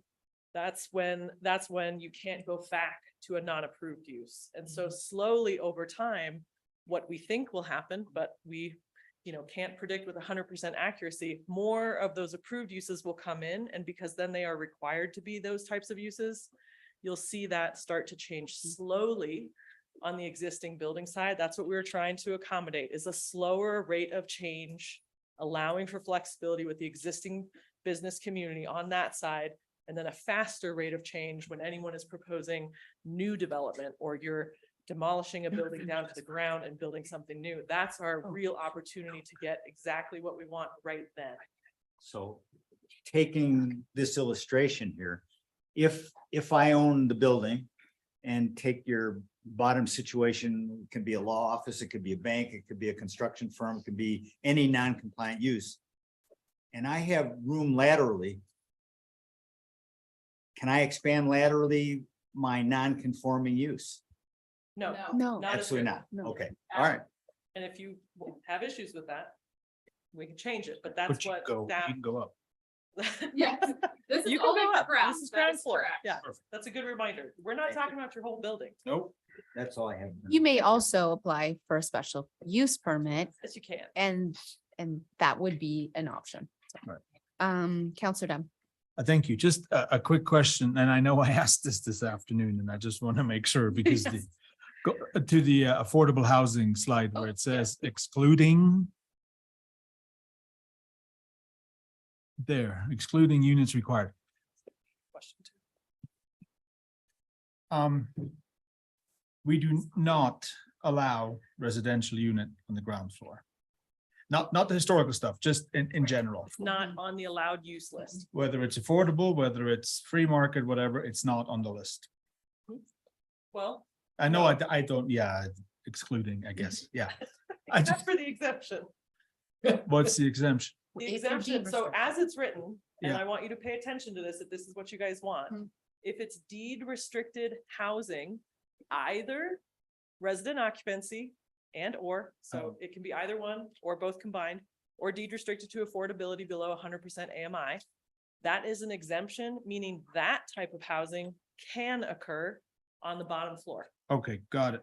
We added something to state because when we were thinking about it, we require inclusionary zoning. So if there's a housing project going downtown and it's over 10 units, they're going to have to commit to that anyways. And we didn't want what they are required to do to get them the extra benefit on the ground floor. So that if it's your required units, it doesn't count. You literally have to go above what is required to get that exemption benefit. Does that make sense? Okay, I think I'm getting there. But you could also say just put them on the fourth floor. You could, if you do not agree. Okay, all right, That got it. there should be an exemption. This is basically offering a small incentive. Got it, I If you understand. need restrict housing, because we traditionally want that. more and Density more. bonus? Whoa, you're really switching topics. Yeah. Let's Yeah. keep this. let's Sorry. streamline Um, it. Sorry, people that- that's what it looks like, but yes. But if you don't agree with that, and you don't want even deed restricted housing to occur on the first floor, then you Okay. need to change this exemption. That's that's how I understood it. Thank you. Okay. I have a quick question regarding if a property, I keep seeing demolished, but that's like elected demolition. In the event that there's a fire, you could rebuild all of the existing rules and regulations. I mean, you could duplicate what you had. Absolutely. Okay. The only way that worst case scenario, if your building burned down and if then all of a sudden you decide to change everything about it, Yeah. then that would apply. However, if you're building it to essentially exactly to what it was, fine. Okay. And then our hotels are approved use. They are currently not Well- on the ground floor. What's the thought behind? Yeah, I know. Sorry, I'm just piggybacking. What's the thought behind There it? you go. Thank you. So I think this has been a long evolving conversation about the uses, and where we arrived fairly early on is we want to allow lodging, but we don't want it. It's not that vibrancy. You guys didn't put it in the same category. Yeah. And as staff, we tend to agree.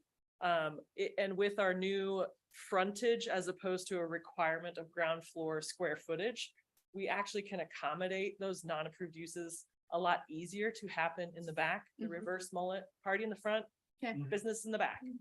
So your coffee shop in the front and your hotel has an access, that's Yeah. 25, a nice area for the waiting area. And then most of it occurs behind your lovely coffee shop or your Okay. spa or your massage or any of the other. So So we feel that we accommodated that, and we're not prohibiting lodging. It just has to be on in the the back, back. it can't with be business. within that front 25%. Or front 75, Thank yes, you. and linear, not Yeah. within the Thank you. building. Yeah. I wrote down 75, but then the words changed. Otherwise, what's that? Or special, or apply for a special use. Okay. Okay, do we have any other questions from council before we open it up to some community questions? Okay, we'll go ahead and open it up. Anyone who's here to speak about this, you want to take turns coming up to the podium, you get 3 minutes. Please tell us your name, what town you live in. And I love it when you keep it to 3 minutes so I don't have to interrupt you. Good evening, counselors. My name is Scott Grosscup. I live at 4109 Sky Ranch Drive in Glenwood Springs, also a business owner here at Balcom and Green and at 818 Colorado. We, as an owner of a business downtown, remain very concerned about this proposal and the number of potential unintended consequences that could arise. As you know, this process has been somewhat of a moving target. We've provided some comments. They were only able to be sent today. I think it was just press of business another time and just didn't have opportune time to review this latest proposal. And so it's been a concern and trying to understand all the parts that are within it. We remain concerned that this proposal, it says that you're creating a void of what can only occur there. And by saying that it will magically come into place. There's been the opportunity over time for that development to occur, and why it has or has not occurred. That's been the market and why it hasn't. We think that this proposal actually creates a disincentive for many landowners to make any improvements to their building. I'd suggest too that if the council were to continue to proceed with this proposal, that it be limited to the original plan, the original overlay zone. That was the zone that was noticed. That was what was provided to landowners and to affected property owners. This new zone district, as it applies, has not been noticed to property owners. We've only been aware of it because we've been paying attention. But there's now potentially, as I've heard today, the discussion, there was this proposal and maybe even an expanded version.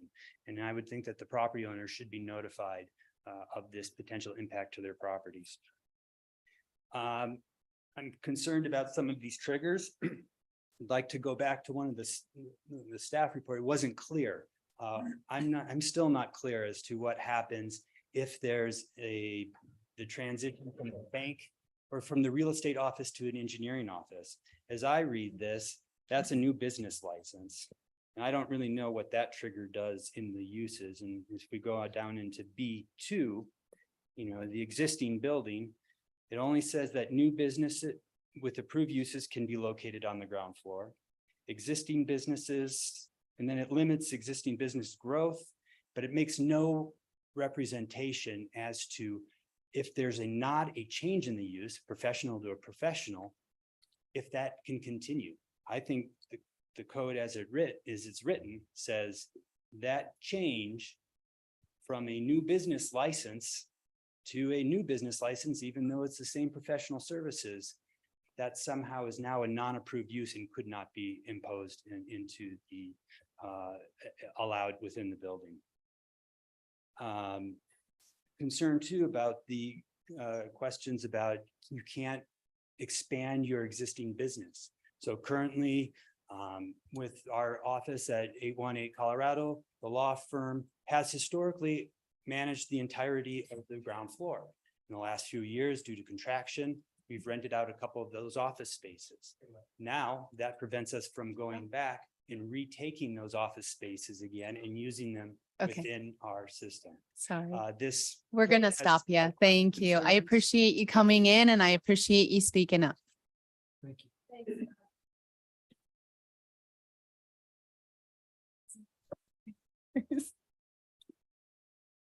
My name is Sarah Dunn. I live at 125 High Point Drive in Glenwood Springs. I'm here tonight representing Balcom and Green, who's been the primary tenant at 818 since 1972. Prior to that, we've been in the downtown core since 1966. And I want to share with you one of the ways that this code could very punitively be applied against us. 2 years ago, a friend of mine who's an attorney on the Front Range had her house burned down in the Marshall Fire. And we lost an attorney in a motorcycle accident. So we vacated an office so that she would have a place to live and a place to work for 2 years. It was never intended to be a permanent location. We rehired into the position, the attorney that we lost. And now, under this version of the ordinance, we would not be able to take that space back. And so I don't really think that that's your intent. And I recognize that there's a special use permit that's available, but there's no guarantees with special use permits, right?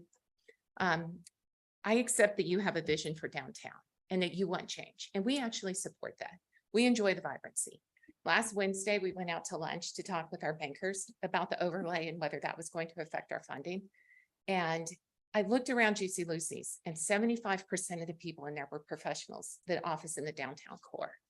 And so you are the municipal seat. You are the county seat. We've got the 9th Judicial District. We've got the Division 5 Water Court, and it brings a lot of business to downtown.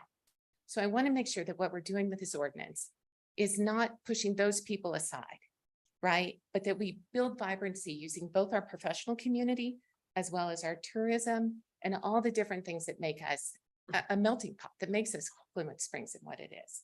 So I wanted to express my appreciation for all the work that you've put into it and that staff has put into it, because I know it's been a long process. And I do feel like we're being heard. And so I do appreciate that. Thank you. Thank you. Thank you.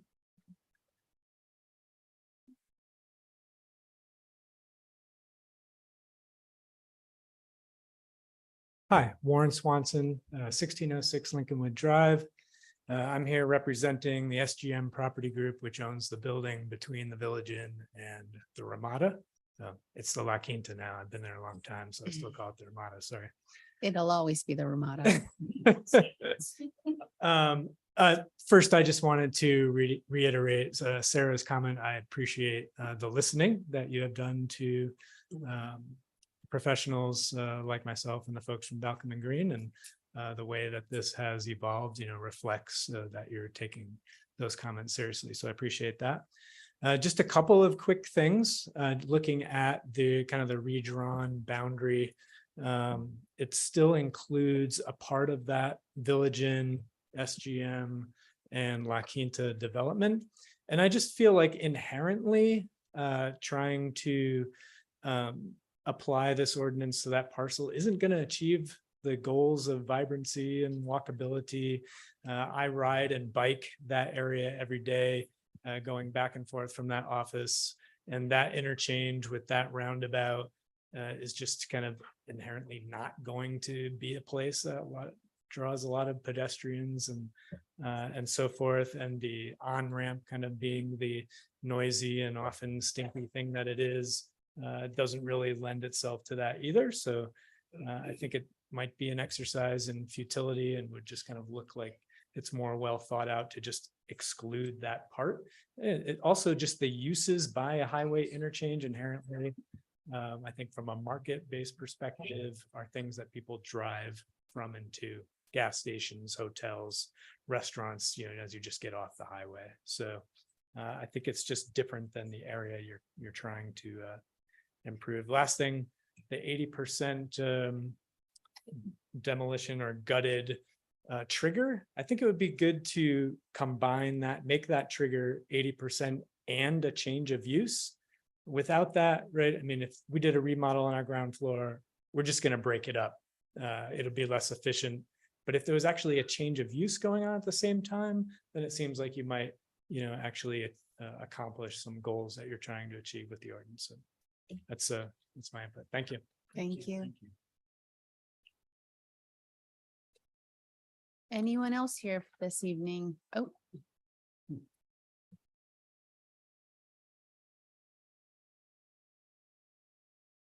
I've enjoyed my evening with you here. Greg Rippey, 213 Creekside Court. I am a partial owner in 817 Colorado Avenue, and I believe the folks before me have, I share their concerns. I also understand this is a complex situation, and I understand that there's goals, and staff has done an admirable job of trying to address those from the last meeting that we had here.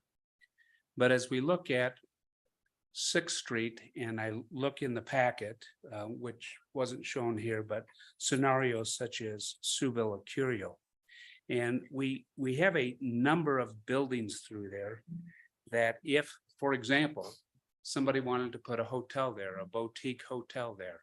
And you can deal with all the parking and everything else, but I'm not sure it's realistic to say 75% of the frontage has got to be an approved use. Because if you were to put a hotel there, I think you would walk into a lobby. Yeah, you may have a coffee shop as part of it, or some retail, a gift shop or something like that, which I think would probably be approved. But I think you should take a look at hotel uses to be used in there, because you know, as we look at it, 6th Street's going to change from how we see it today. And I know that's your goal. Let's make it look differently than today. But if you don't have investment, if you don't have a business model that can work for it, it's not going to happen. And so rather than being so restrictive, take a look at it a little bit more on things such as hotels, because they do bring a lot of money into the city. Madam Mayor, Council, thank you for your time. Thank you, Greg. We got one more.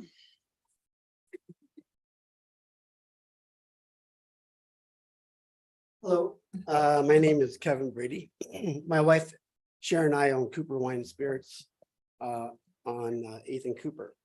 I'm not really here to discuss our property, however.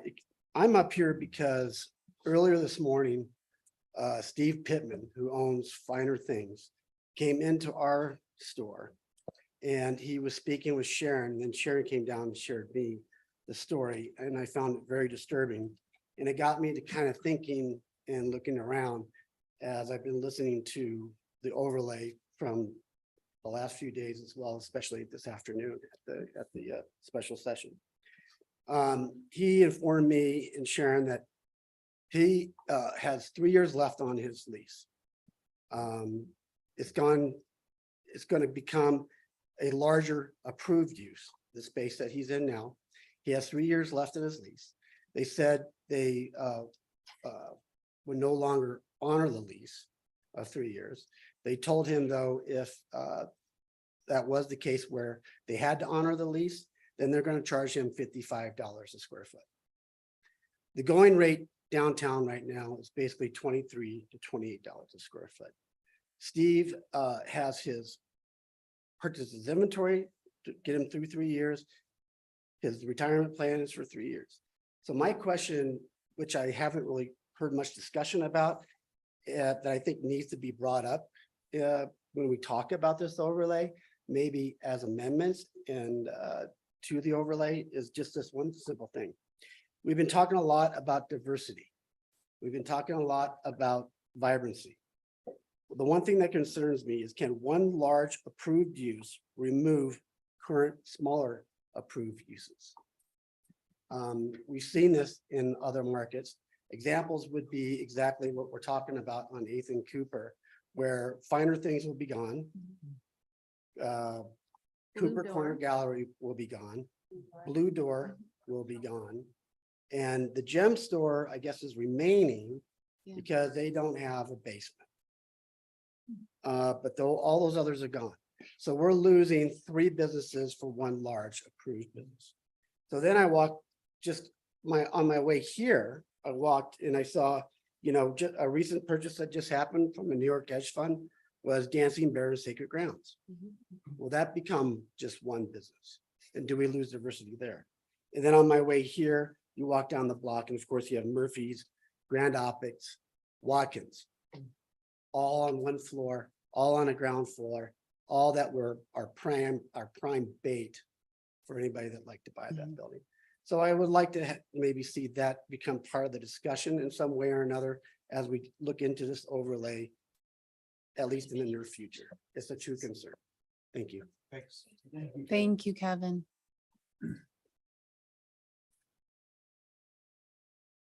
Hi, Jillian Sutherland, 3703 Red Bluff Lane in Glenwood. I'm also the Downtown Development Authority Director. I did just want to piggyback on Greg's concerns about lodging. And I wanted to share just from my perspective why I feel like in this smaller boundary that staff is recommending, that lodging restriction is appropriate. Again, you know, special use permit is always allowed. And I think for 6th Street in particular, that is critical. I could absolutely see how lodging could be appropriate on that block. And we all know that that block is going to change. But sort of to Kevin's point that he just made, one business could take out, I think, what is maybe 5 or 6 businesses that are there currently. Lodging could be appropriate. We just want to make sure that there are things for our locals to do on that block. You know, you think about Hotel Denver, Glenwood Canyon Brew Pub, you think about River Blend Coffee Shop. I would never go on that block if those 2 businesses were not there. I would stop in my tracks right at Cooper. And so I do think that the lodging as just special use only for this boundary that's recommended, it's my personal opinion that it is appropriate. We have so many spaces within our downtown where it is use by right, and they don't need to meet that 75% requirement for street frontage. But I do think for this core, the vibrant core of our downtown, it is important. And so I just wanted to share that. Thank you. Okay, I'm going to see if there are any commenters online. Do we have anyone in the public online? If you do, raise your hand so that we know you would like to speak. Okay, I'm going to close the public comment, bring it back to council. Let the conversation ensue. Councilor Gotis. I think, you know, per our earlier conversation, it'd be good to take these things one at a time and not try to eat the whole elephant at once. And so to that end, I'll just throw a motion out there. I'll get maybe one of the more difficult ones, hopefully addressed and discussed about, so other ones can fall in, just super quick and easy. I move we establish the downtown overlay consistent with the boundaries of the downtown overlay consistent with the staff's recommendation on the north side of the river, with the exception of the Village Inn SGM property southwest of the roundabout. On the south side of the river, I move that we expand the staff's recommendation to include both the east and west sides of both Cooper and Colorado streets between 8th and 9th Street, and the south side of 8th Street between Cooper and Blake Avenue. Is that clear, or did I screw that up? No, but sorry. Clarification on the all the way to Blake, or the on the south side of 8th Street, all continue the downtown overlay, continue the downtown overlay on the south side of Blake Street up into Blake Avenue to encompass the Book Grove. Yes. But okay, the way I have it drawn, or the whole block? No. It's gonna be great for the minutes, you guys. I know. No, the south side of 8th Street from Grand Avenue to Blake Avenue. South side of 8th Street, got it. Like a big. So we have. What can we draw it on there? Okay, there we go. I would. So bring it close, bring it close. I'll draw it as y'all pointed out too. Make it continuous, I'll ban it whited. Make it continuous on the south side of 8th Street to Blake Avenue. Just this area. It ends at Blake Avenue, it's contiguous, it encompasses the library, the fire station, that building there in the Book Grove. And then the east and west sides of Colorado and the east and west sides of Cooper Avenue. Two nights, I'm sorry, 2 night, boop, boop, and boop, boop, just to 9th Street. It ends at 9th Street. Ends at 9th Street. Do I need to restate that for the record, Ryan? You're taking off. And I'm taking off Yeah. everything to this, I guess that's southwest maybe of the roundabout, but keeping everything else on the north side. No, but Including subway? Up there. And keeping what? Including subway. No. No, southwest. Subway stays. Literally. Yes. Just the SDM Village Inn. Just Just Village Inn, because that's Jim's already out. everything southwest of the roundabout, north of. Got it. I'm a little hesitant to start markering it until Yeah, you get yeah, a no, second at that's- least. For the sake. I'll second it for discussion. Okay, so we have a first by Counselor Godus with an amended proposed boundary and a second by Counselor Dunn. Madam Mayor, if I may interrupt, I do have a quick question that seems important to me and I hope to everybody else too. It's based on the noticing. When we heard that this was not noticed, is that correct? For this public meeting, this was noticed in how we would normally do a public notice within, or here, I'll have Hannah do it. I think what the comment was getting to, and they are correct, when we started this process, we sent out. I think the first round was like 1,000 of my closest friends in downtown to let them know that this conversation was starting. And then we did that again when we had public engagement to try and get all the businesses and people there.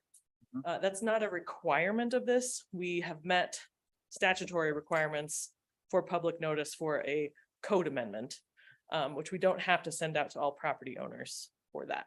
So what I think what the comment was is we did do that early on in this discussion.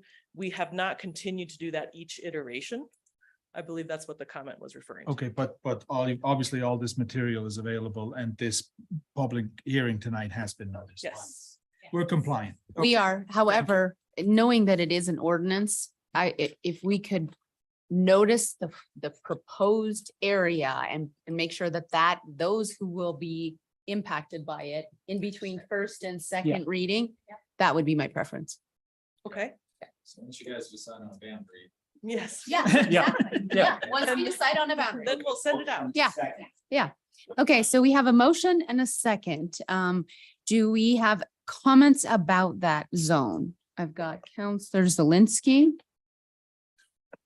Okay, so in discussing, I'm gonna bring up first like the boutique hotel idea. I was thinking about it, when it was brought up. I still think that it's relevant because I do think that for the most part, I'm thinking about like other places where I've gone and stayed at a boutique hotel or. We are wanting to focus on the boundary. So that's what with his motion. Yeah, so that's what I'm saying, like, So, okay. to talk about that, well, I already said it, I was seconding it. I know, but I think we're looking for discussion on the motion in particular, meaning I like, guess. how do you that's feel what I'm about that? saying. That's a proposed use. And so maybe we want to. Yeah, That's another bite of the elephant. Sorry. so and I didn't I'm mean to just, interrupt you. yep, I'm Okay. just saying, like, I think that with the proposed amended area, Mhm, I think we're fitting within all of that and still allowing all of those uses. mhm. I can't think of anything that doesn't conform with that, so. I think that's, I think that fits right with there. The only thing that I was worried about Mhm. with Jonathan's, I just want clarity. On the other side of the street of Blake, did you want that? So like across the street from the Book Grove, because that is all residential. So the.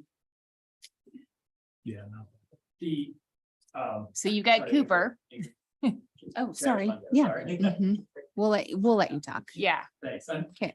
Yeah, so there is a residential unit across from Book Grove, yes. I don't know how we carved that one property out.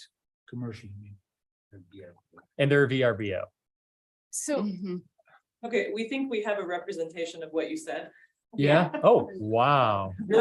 This looks like a hurricane that, It's like a Gumby show. The winds are coming in from the east. Can we have it here too? Yeah. Sure, if Ryan makes it happen. this is. Like Trump through the hurricane.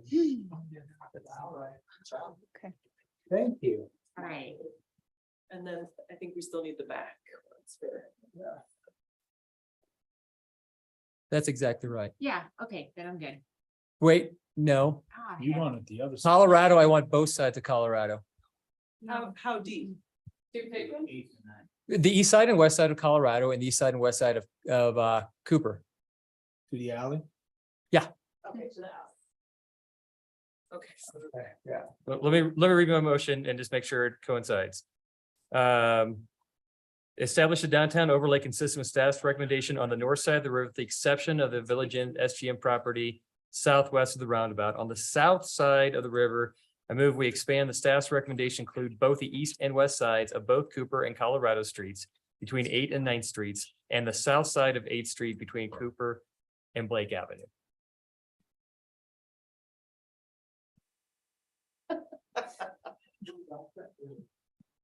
I guess I'm not quite sure what you mean by both sides The because. east and west faces of Cooper. Faces, so like a half block deep. Is Yes, basically what you're yes. asking. Okay. Yes. So. Understand. But that's what you wanted, not the entire. Yeah. Yes. The front of the street. I'm right. Yes, to the alley. Yes, thank you. On That's one side we have I guess on both sides we have an alley. It's true. That is. It's okay. I just wanted to make sure we were talking about. Yep, and then I lost my train of thought. I'm so sorry. That's what it is. Okay. Yeah. Yeah. I think it was. It is the same. There we go, trying to get. Okay. So I'm gonna have you all look at this and then we are gonna go ahead and vote on it and see kind of where we are with this iteration. Yeah, me too. Okay. I have comments. Okay, great. Okay. Yeah, I think that represents, yes, that represents what my motion Okay, entailed. okay, great. Counselor Kell. I appreciate what we're trying to do here. But I am much more in favor of shrinking that boundary as I discussed earlier, you know, we're including the whole confluence area. We're including Vogler Park. Now we're and in those areas, we don't even have a true vision for yet. We don't have a development plan for yet. What we've talked about is not necessarily in compliance with what we're proposing here. So I just have a fundamental issue with, you know, I don't mind the retail portions of town being included, but when we start going into portions of downtown, particularly off of Colorado and even more towards Lake, where it's not, we don't really have retail right now. I feel like we're just trying to prescribe something that I think will come in time with the free market. So I appreciate trying to keep things small. And, but I also have an appreciation that we're the government center and we've included all these government buildings and blocks, and maybe it doesn't mean anything, but it doesn't really seem to make sense to me. And I also appreciate that we have professional offices downtown that I don't really want to drive out. So having trouble with the boundary and I can't support it. Counselor Weimer. Yeah, I think in general, I'm in favor of a smaller footprint. And then within that smaller footprint to be more aggressive in driving change. So I won't be supporting this particular iteration. And to piggyback on Councillor Kaup's comments, because I think I'm in line with them fairly well. You know, I think our goal here is to, you know, it's about vitality and kind of this creating this density, not a wide berth of retail, but like a strong, vital with, you know, vitality, strong vitality, you know, density of retail, arts, entertainment, et cetera, in that downtown core. And I think by focusing the footprint and by, you in enhancing some of the triggers to drive that change, what we're doing is allowing then the market forces to sort of take over in that periphery, right? That if it does make sense to add a restaurant slightly outside of the borders, then a restaurant's going to happen. And I also worry, my second point is that there's such a vital service economy in Glenwood Springs for all of the reasons that we've talked about. And I think that service economy deserves a really tight relationship to that downtown, both for proximity to courthouses and governmental buildings, but then also, the comment about Lucy or Juicy Lucy's, Lucy Juicy's, that lunchtime crowd is the service economy, is those professionals that work along the periphery of that downtown. And then my third point, and it's only three, my third point is that I do worry about trying to create a larger downtown than Glenwood Springs can support. That, I do not want to see closed doors or shuttered frontage because an accepted use wasn't viable. And it is now, we've lost interest in that piece of real estate, or it's too onerous to try to go to a non-conforming or non-acceptable use or through the special permit process. And so, we kind of walk away from it and we see shuttered doors. So in summary, smaller footprint, I don't support this, smaller footprint and then more aggressive within that footprint. And my small footprint includes both south of the river and Rhino, as I'm trying to label it, River North. Wow. Yeah. Okay. Too. Counselor Devon. Thank you. Okay, Councillor Godas, I did second your motion. But looking at your map, I am not particularly in favor of the west side of Colorado. I'm thinking that is too far. I can get behind the east side of Cooper, the way it's laid out, because those are commercial uses. So is the fire department, that who knows if it's going to stay there forever. So I would ask, I am bummed that we're giving up Highway 6 altogether. I think it should go all the way to the cavern, but that's a different discussion. Like I said before, a larger area with looser regulation, I think will serve us better at this time because we can adjust as we grow into this. We have a special use permit that is a fantastic tool for anybody to adjust, whether it's an economic downturn or a change in anything. I don't think we'll have shuttered doors. I see your concern. I totally get it. But I do believe that if anything like this will go on, or the recession or whatever, we do have a vehicle to adjust this. And the free market has a vehicle to come in and ask for something that can be granted if it makes sense at that given time. And that's why with the special use, I would go for the larger boundary. I can support this if we scratch the west side of Colorado. So I'm asking you to amend that if you don't mind. And if not, that's fine. Do you mean the whole west side of Colorado or just the top part of the F? The top part of the F. Yeah, I'm in agreement. The top part of the F. Okay, do we want to discuss amending, or do we want to just keep talking and come back together? Okay, Keep talking, absolutely. Counselor Schachter.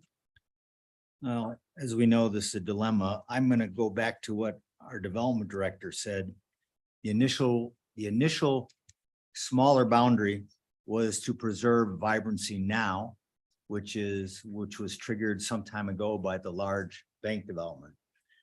However, I think part of the impetus is to or to allow vibrancy later. And we don't know exactly the shape that'll take, but I'd rather err on the larger retail first floor era ordinance that does at least allow for retail vibrancy later, should the market support it. And it does preclude unexpected surprises such as a large financial institution or some other institution. I'm not concerned about the whether it's the west side or east side. I just think larger is better for now. And I think the special use, should some fantastic project come up. And also, let's not lose sight of the fact that we have a lot of space for service industry and professional services vertically. Absolutely. A ton of it.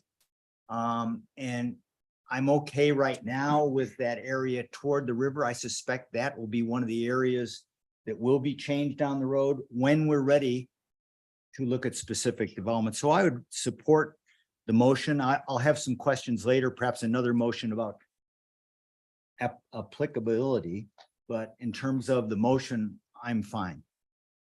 Okay. I'm going to jump in really quickly and then we'll loop again, make sure everyone gets an opportunity. I am more in alignment with Counselor Kaup and Counselor Weimer. I'm struggling with the extent of this boundary. My hesitation is I feel like we're planting tamarisk trees. You guys always hear me use that as an example. It's like we're trying to fix something and we think it might work, and the reality is that we have been in a really strong economic time for a while now. That means that there was some competition for our commercial spaces. And if we go into a downturn or something that's not quite as economically strong, those locations may lose tenants. And in turn, as the tenants leave, we put boundaries and limitations on who can go in there. And I think that it could really hurt our downtown core. I think that there is a natural evolution of land use. And I think we have to kind of honor that over the years. I've helped put some boundaries in it. We have buffers for marijuana industry. We have buffers for, other like pawn shops, things we were talking about earlier this evening. My hesitation is that what we have right now works with this exception that some of these small businesses don't have the ability to protect themselves when the businesses sell. And I'm just wondering if there's another vehicle for insulating and protecting them. And I've mentioned to you guys the idea of condominiumization of those big buildings and letting the tenants buy it. And I only bring it up now, not to even discuss it, but to say, are we barking up the wrong tree? Are we going down a path to try to fix something when maybe there's another way to do it that would be more successful in protecting these small businesses?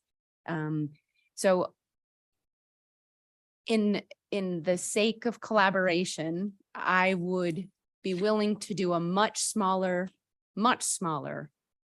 footprint for the boundary. And I want to see hotels allowed with a change from 75% on the main floor being, this to 25, so that at least those hotels, if you allow a hotel, they don't have to be that full amount. And that's my change. And you guys are down there and they're like, that's not the motion. And she's not, because she's here, she can do it. No, it was so full. It was do as I say, not as I do. I'm so sorry, Erin. We'll remember this night. Okay, you can go next though. Counselor Zelinski. So I go back to the things that happened in our community that triggered this. And if you don't put something enforceable in place, it's just going to keep happening. And that's, at the end of the day, do we want to have something that sets a parameter? We're talking a lot about this like area that's undeveloped. And why are we including that? Because it's undeveloped. if we don't set a standard for what we'd like to see, we will lose control of that, and it won't maybe necessarily fit within what the vision is. Not my vision, but just like the strategic vision, all the things that we've talked about. You know, and you're talking about economic downturn, and I'm thinking back to the last one when we were downtown and a lot of businesses closed. And that was the same time the marijuana industry was like booming, and that was who was taking those spots, and the community didn't like it. And so if we don't have, now in theory, that'd be an approved use, you know, but I'm just saying, like, if we don't have some sort of language in place that allows us to go, that doesn't really fit within, you know, and have a conversation about it, because then you can decide to amend it for, you know, a really good reason, then I feel like we're just going to keep ending up with the shoulda, coulda, woulda feeling. And that is my main motivation for like really supporting this, is that I would like to put a little bit of control back into, I'm a big fan of private property rights. That's like the whole lease conversation that Kevin brought up, like that is really valid, but you know, how do you regulate that? Like that's an unfortunate thing that happens. That's why I bought my building when I could, because I was afraid of that happening to me. And so I get it. Not everybody can do that. That's a whole different conversation.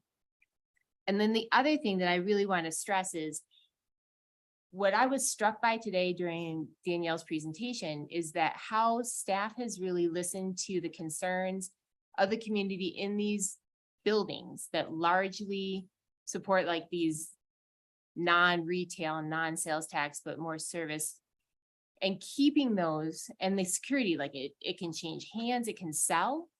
The business can change hands. You can sell your business, you can sell the building. There's a number of ways that can stay as it is. And I would hope that that offers reassurance to those of you occupying those spaces, is that your destiny is secure. If you sell your legal firm to another person that wants to have a legal firm, they can do that. If you sell your building to somebody that wants to put an engineering firm in there, it can still be that. So I feel like in the character of what we're trying to do, we have addressed the big baddies that were making me uncomfortable. And I would hate to see us back up too much so that we lose the teeth that we have to try and kind of help design the community that we want to live in. That's all I got. Something you want to call the question? No, I'd like to comment on which haven't made. Okay, okay. Go ahead. So I think, you know, since we're just making general comments at this point in general, you know, I think to the point of if there's a downturn, we can do what council in 2010 maybe did, Shelley, and suspend the inclusionary zoning because there wasn't anything going on and we thought that was an impediment. Oh, yeah, the inclusionary zoning. Yeah. Okay, that seems crazy because the economy had recovered enough by then. So, but there's a reason. So I'm saying council had, you know, there was a downturn, council reacted, although very delayed, and suspended the inclusionary zoning. Not this council, previous council that Shelley and I were on, probably responded too late to put that inclusionary zoning back on. Other communities like Carbondale just kept the 20% and look what they have. They have a lot more inventory of affordable housing than we do. So I think different communities deal with this in different ways, but I think if we see that downturn, we or a future council, the first thing you can do if you have concerns is just suspend this. You can repeal this. You can apply special use. There is a whole host of tools that can react to an event like that. I think what I'm concerned more is if an event that we can't foresee, like we thought A&B Bank was the worst thing that happened until we saw what happened to Western Hotel. And we're like, oh, that really sucks. And then we saw what happened to Hotel Denver. Like, well, that sucks. And so there's all this stuff that we can't think about, but can be accommodated if we like it through special use, through repeal, and through suspension. And so, you know, to the comment specifically to Counselor Dame's comment about the west side of Colorado, you know, every other boundary on this map ends in an alley. Every other boundary. And so when you look at on the south side, when you think about going down the street, activation is to the right and left. It just and the right, I mean, if you're going to accept the east side of Cooper, which has 0 businesses, has a government-owned parking lot, a fire station, and a church. And if you look at the 5 businesses, 2 of which are government-owned on the west side of Colorado, I think it actually makes more sense to be on the west side of Colorado. If you're going to have just one face not be in this, I would say the east face of Cooper. So I think that vitality, to be able to look down Colorado when you're on 8th Street and just look down and see shops to the left and right feels good. So I would like, for the purpose of this vote, to keep my motion as it stands. And if we have a huge problem with that, then I would be happy to restate the motion without it, but I'd really like to see take a vote with that included, because those businesses have a lot of opportunity for special use. And I don't see why we would have that be so specific to everything else in the complex, is my point. So with that, if we wanted to call the question, that'd be fine. I'm going to let one more counselor speak and then we will. So Counselor Weimer, go ahead. Thank you. I just want to address the comment about we can always tighten the boundaries. Like we can, you know, start big, we can always go small later. And I just want to raise a concern with that when, you know, however this happens, if and when it goes into effect, we are nearly immediately affecting property values, right? For the positive, for the negative, I'm not going to say, but it's probably a little of both, right? And there will be some elements along the periphery, and I'll just use the hypothetical that a property value is decreased because now its future potential is limited in some way, that it's not limited today. It's limited tomorrow, it's not limited today.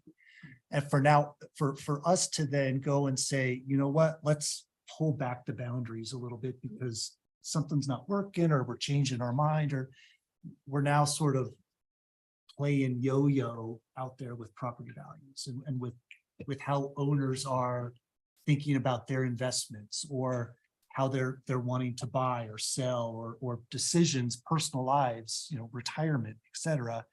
And so I think that it's much more, it's a much nicer approach, and it's much more empathetic for us to think about potential future expansion versus future contraction.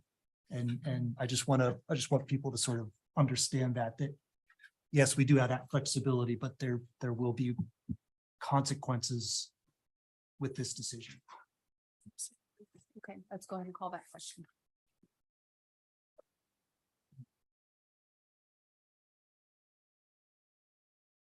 Yes, Counselor Zelinski, no, Mayor Wusso, yes, Counselor Godis, yes, Mayor Pro Tem Dane, no, Counselor Weimer, no, Counselor Kaup, yes, Counselor Schechter, it passes 4-3.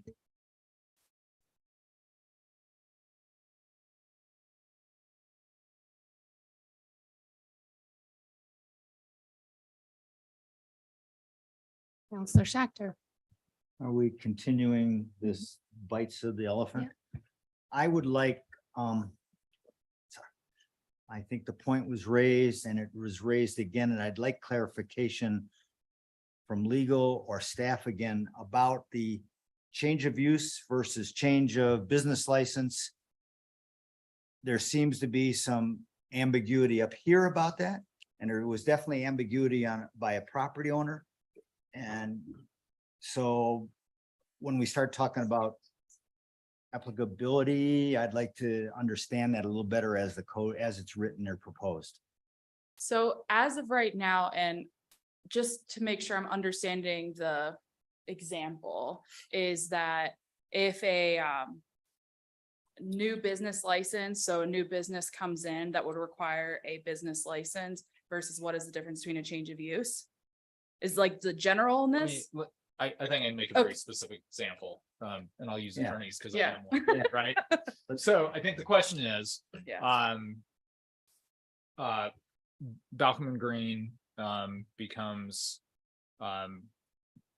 gross cup at all. And as a result of that change in ownership, they change entity form. And so the existing business license is no longer valid because Balcom and Green has gone away and now it's gross cup at all. Is that a triggering event that now gross cup at all can no longer remain in the space because of the change in business license, even though the use has remained the same? And I think that's the question. That's my concern. Yeah. And based on the diagram, there's a conflict in that interpretation. I don't know the answer, so. So certainly that was not how it was intended. Right. But we all know code, right? Sometimes you can hit the language head on and then sometimes your language can be wonky. So I agree that we might need to tweak that one section just a little bit to be more clarifying, to state that that description that Mr. Hanlon just described can happen.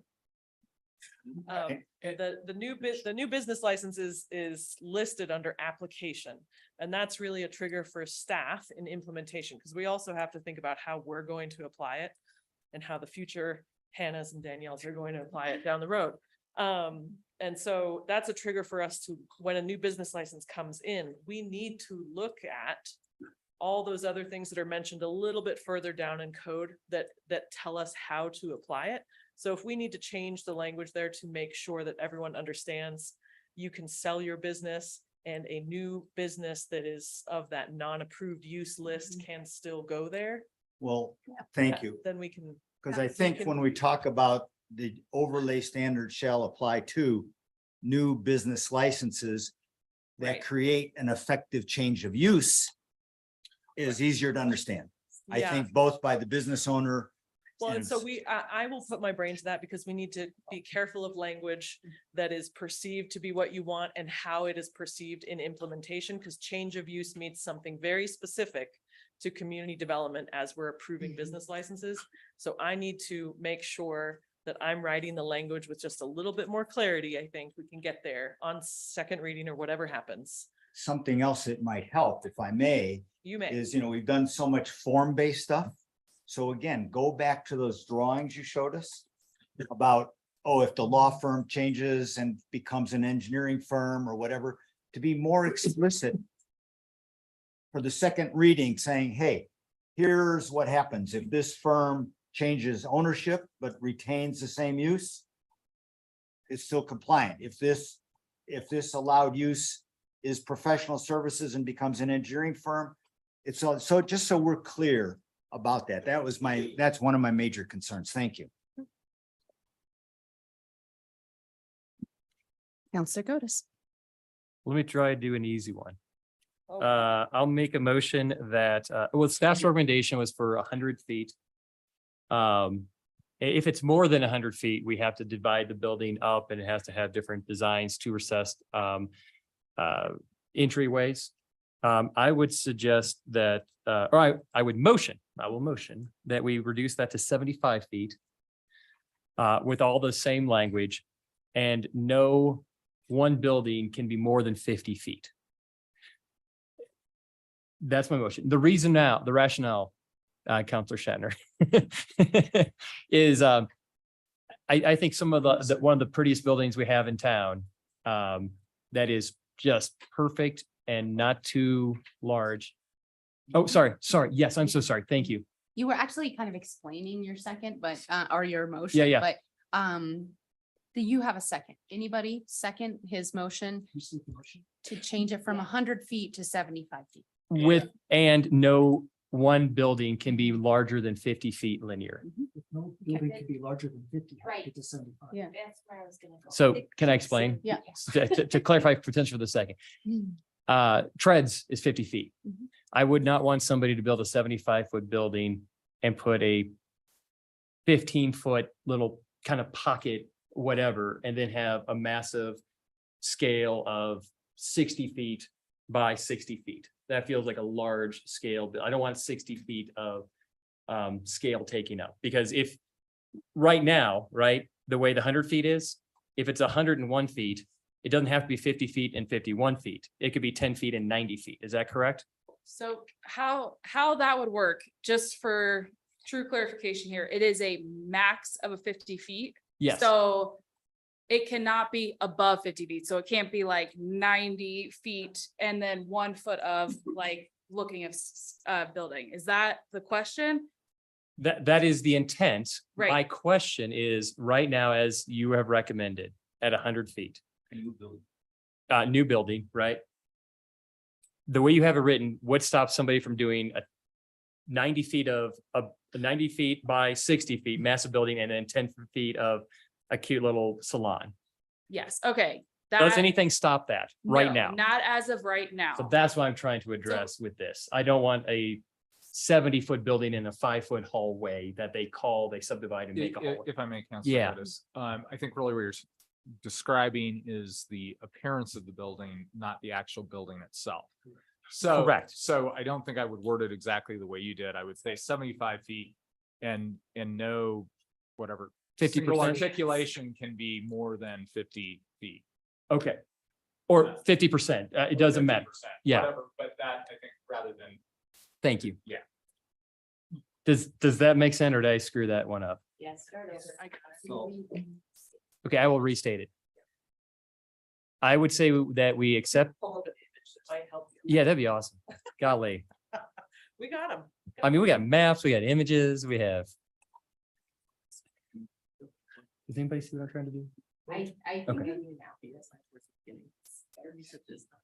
Oh, so if Aaron, For the B3, maybe. I don't know code. See. If the owners of Treads and the building next to it, which used to be, what is the building next to it? Goods. Goods, yes. Yeah. If somebody bought those two buildings, scraped them both, that would be, I think, 75 feet-ish.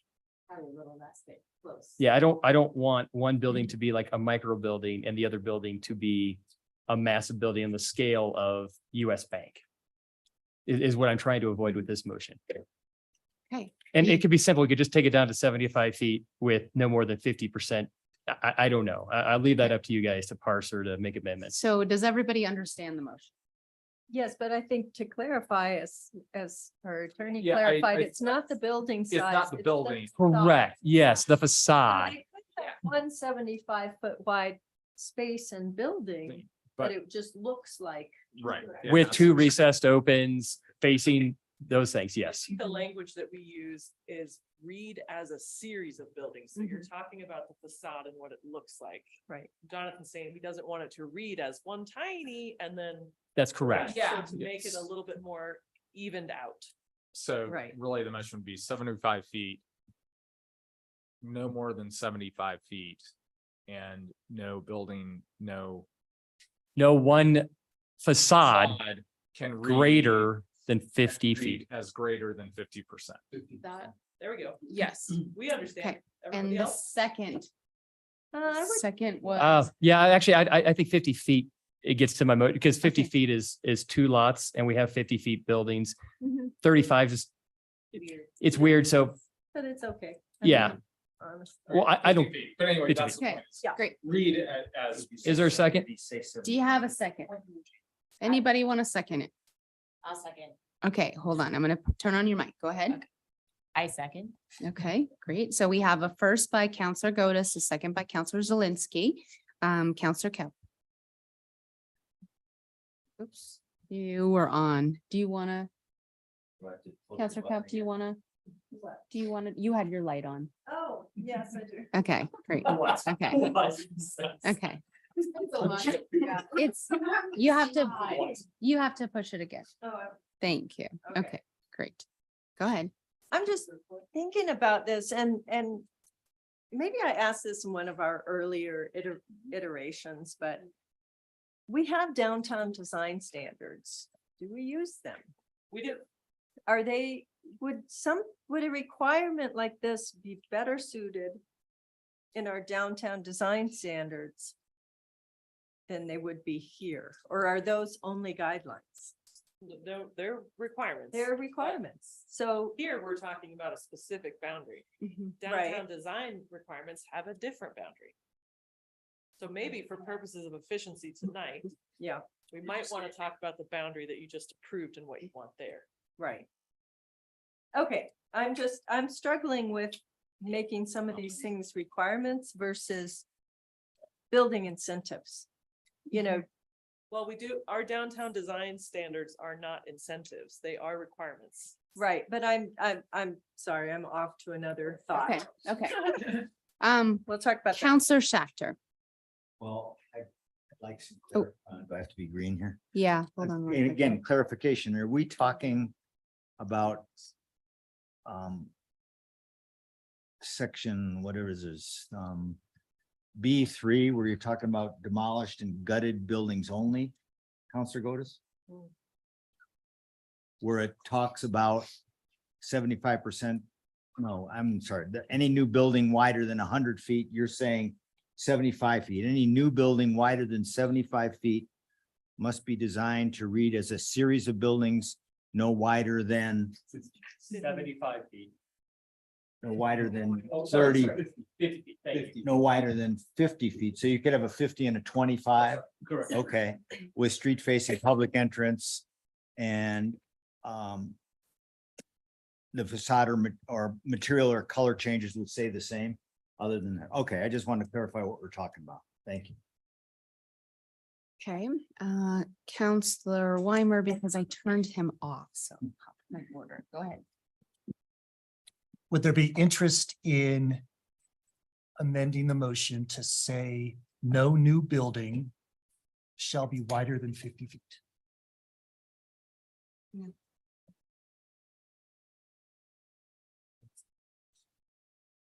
Then we do away with all of this 75, Well- 75% and blah, blah, blah, and just, you know, you don't have to break it up. You don't have to falsely show through a facade. It's just no new building shall be wider than 50 feet. I love that idea. But I suspect Bank of Colorado, Hannah, what's the width of Bank of Colorado lot line to lot line? Off the top of your head. How much do they make too? Well, hold on. Let me throw to your point, I think, let me just throw a hypothetical out at you. Parking in some areas of town Mhm, is buried. mhm. A 50-foot by 100-foot building forecloses on the option of buying another lot next door and combining it and having a significant underground parking.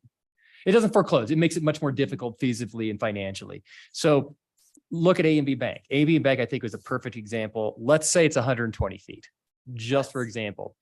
That lot's big enough that they could have done what we're trying to do, a nice 3-story mixed use building with retail, yada, yada. And they could have buried parking if that's something that they chose to do. I think limiting somebody, and I don't know any other building. I can't think of another building right now that is greater than 50 feet. So Good, Which one? no, It's not big. CMC building. Yeah, CMC building, But that's maybe this short. building across the way here next to the county building that the veterans thing is in. I don't know. If I could use an example. Yeah, please. Yeah, so I think the example where you would run into a problem is you guys are thinking about the traditional downtown and pretty much Grand Avenue facing. You go over on 6th Street and Yeah, actually south of look 6th at, Street. you look at like that, you know, the that whole idea of maybe redeveloping into a hotel. You're not going to be able to do a hotel in 50 feet. And so from just kind of a standpoint, it may be from the standpoint of investment, looking at it, if there's a hard, you just can't do more than 50 feet unless you ask for discretionary approval. I will tell you as a land use attorney, it makes me a little nervous on that kind of an investment. So I think that's where you would see it as primarily with hospitality frontage, where you just need more than that in a single building to be able to move between them. That's probably the one place it could come up. And that and parking is kind of what my thought is on 75, but yeah, I think just, yeah, I think I'll just keep it for now. But if it fails, I love the 50-foot idea. Counselor Zelinski. So, yeah, I got it. Okay. Counselor James. Thank you. Just a quick question, and I know we're not talking about the downtown design standards, but what do we require in the downtown design standards to break up the facades and put in windows and all that stuff? I don't remember.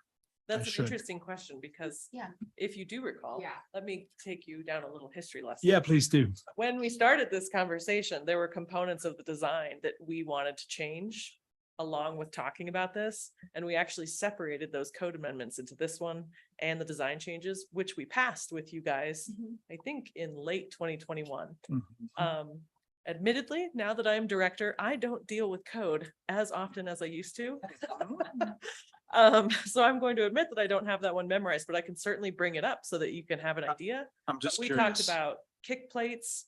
There are also height transitions Right. and also materials that are approved and not approved.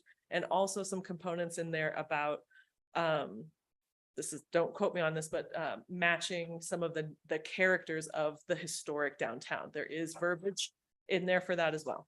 And all the material and all the window, whatever, the height and all, that's all part of this new overlay too, right? That becomes part of this. We just have to Yes. figure out how big we want to That make is, those that is buildings. actually incorporated into the design standards that applies to the base zoning areas. I remember the fire station, the P and Z coming through, and we had to put windows in, fake windows, because it was in the code that we had to break it up, but I can't remember how many. So feet- the one many thing that feet. Danielle just triggered my brain is our design standards right now are broken up into residential design standards and commercial design standards. And then we have within those, so it's not by zone district, then we have additional downtown design standards within each of those. And they have specifics within each. In between the first reading and the second reading, will you make sure that we don't have anything that contradicts each other? I did do that and I Okay. didn't see anything. I will double check Okay. for you. Okay. Go back All right. in this code that I can't remember off Is the that it? top of my head. Yeah, I think it's good enough. Thanks. Okay. I'm gonna jump in really quickly and just ask, hypothetically, say there was a business over at the 8th and Cooper area. And it's the first zone district that we just approved, and this one with the business distance, the 75 versus 50. The concerns that prompted a lot of this conversation and the loss of those businesses, would either one of those, our first motion and the second, would that have impacted the ability of that property owner to do anything different than their desire to open a spa there? Yeah, 8th and Cooper. Oh, okay. You're Mhm. talking about a specific use. Yeah. Yes. Yeah. And your question is, I'm would asking, this yeah. stop what we yeah, all know? because might like be that's kind of the going goal, right? And I'm just curious, I'm looking at the Um, first one and I'm looking at the second one and I'm not. May require this last one, not on your boundary because Mhm. they Yep, would be yep. theoretically, Mhm. this use may have components that meet the boundary that you just passed, Okay. approved uses. The second one that you're contemplating Mhm. right now with the building form. Yep. Will, I think that will trigger them to design it a certain way. So that if they change the doors, they would, I mean, the current configuration is fine. Right. But if this prompted them to, if they change the facade, it would trigger. Right, we might have some design components that they Okay. fall into. I'm not clear on their exact depth, but I think they might actually be remodeling. triggered by this. Okay, okay. Do we want to call the question on that one? Are we all clear what it is? And is this new construction only that we're talking? Yes, yeah. So It that is one is ex- not new construction. Well, If they, you're trying to tie me down to something that I don't normally talk about so freely, but if they took that corner Mhm. down to the studs and it's a Mm. demolished building 80%, Mm. then this is going to kick in. okay, If their remodel does not get to the 80% Mhm. threshold, then no, Then they nothing. won't have to design their Okay. facade to this. Okay. Because it only applies to Okay. new buildings and Great. the 80% demolished. so really it's no and no. Okay, awesome. Okay, let's call the question on that one. Is everybody good? Restate the motion, please. I can do that, yes. Where's your? So, any new buildings wider than 75 feet must be designed to read as a series of buildings no wider than 50 feet. Perfect. So it says. Sorry, I want clarification. Okay. Any building over 75 feet? I can't get his into, you have to clear it because I can't Yeah, actually I approve started him. voting. Sorry, I'm so sorry. Okay, go ahead. Sorry, so you said any building over 75 feet. I think my motion was no building is over 75 feet. Now, if that's not people's understanding, I'm open to a friendly amendment. I think that's what you said. Did I say no more than 75 feet? I said take it from 100 to down to 75 feet. So the only change that I saw in your motion for what we have was reducing it from 100 to 75. Right. So that's what I just read out. And it is 50 feet So. already. Okay, so does this allow, okay, so what you read as my motion, now I'm confused on my own motion. I'm sorry. What you read, no, I think you're fine. What you read in my motion, does that allow for a place to come in and build a 150-foot building? And as long as no facade form is more than 50 feet? Yes. Yes. Okay, I'm sorry, I thought that's what you were referring to. We've never discussed max size what building. actual of a true building, which will have a lot of implications if that's the direction you No, want to no, go. no, no, okay. Okay, I wanted to be clear with myself. Yes, absolutely. So the way this reads though, so number 3, this is 3B that we're voting on. Number 3 talks about demolished gutted buildings or new development, any development on vacant land. Gutted buildings involving more than 80%, but then when you go to B, it specifically says any new building. So are you taking a subset of 3? Is it only applying to new buildings? Or are you defining Or new you- as anything gutted more than 80%? Yeah, do you see that? There's kind of there's a mismatch there for what's being said and how this reads. I'm following.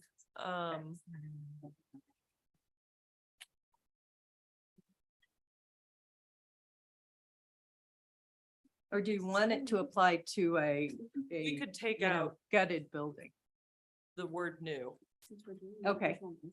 And then it would apply more broadly. I agree with that clarification. Okay. So did, Okay. your motion amended? Is your motion, okay. Yes, I would accept that amendment to Okay. remove the word new. Okay, and then we also need Counselor Zelinski to amend her second. I amend this. Oh, hold on, go ahead and do it now. I amend my second. Thank you. Okay, perfect. So And then, please, do you have a question? please restate the motion for clarity. Okay, one more time. Yeah. Please restate your motion for clarity. Can you do it better than I did? Any building wider than 75 feet must be designed to read as a series of buildings no wider than 50 feet. And remove it. And I did remove the new. Mhm. It used She to say didn't, new. she didn't say no. Okay. Okay, great. You good? No, I'm not. Okay, Counselor Weimer has one more comment. So the way I heard Counselor Godis's original motion was that no building would be wider than 75 feet. Is what I heard. And I latched onto that because I really liked it. And then you talked about, the building itself can't be wider than 75, and then the frontage or the facades are broken up. I think you said 50%, and then you kind of moved back around. So I would offer that the amendment be, and we're really, we can even talk about new construction only. I don't want a 150-foot wide building under any facade. Right? I don't want that. You could wipe out 16 things and build one thing and make it look like 16 things, right? And that's not what we're after. So I would propose that we put a physical limit to the size of a building. And if it's a new building, right, to make life easier, or something to prevent somebody going in and buying 3 things and turning them into one. That's a concern. And so I would offer that no, however it needs to be said, no building is wider, period, than 75 feet or whatever that right number is. But I don't want something as wide as a block that then looks like a Hollywood movie set. So that is exactly what I meant with my motion. But then when Hannah stated it, I was like, yeah, like I think what you stated achieves what I was trying to do. I think, Mitchell, what that concern, that's a very valid concern. I think that gets a little bit to Mayor Wusso's concern about like rustic furniture. What's the one in Aspen? Restoration hardware, right? Huge footprint, right? It can look as different as you want, but it would have the same effect of A&B Bank coming in and displacing 7 businesses. I think the way to achieve that, and I'm with you, is through a different process, of a use process than a design process. What do you mean? I mean that. Okay, so let me ask a professional question. I'm a little wrapped around the axle here. Professional. Yeah, you already have an opinion. When you aren't, it's like, oh, counsel, that's on you.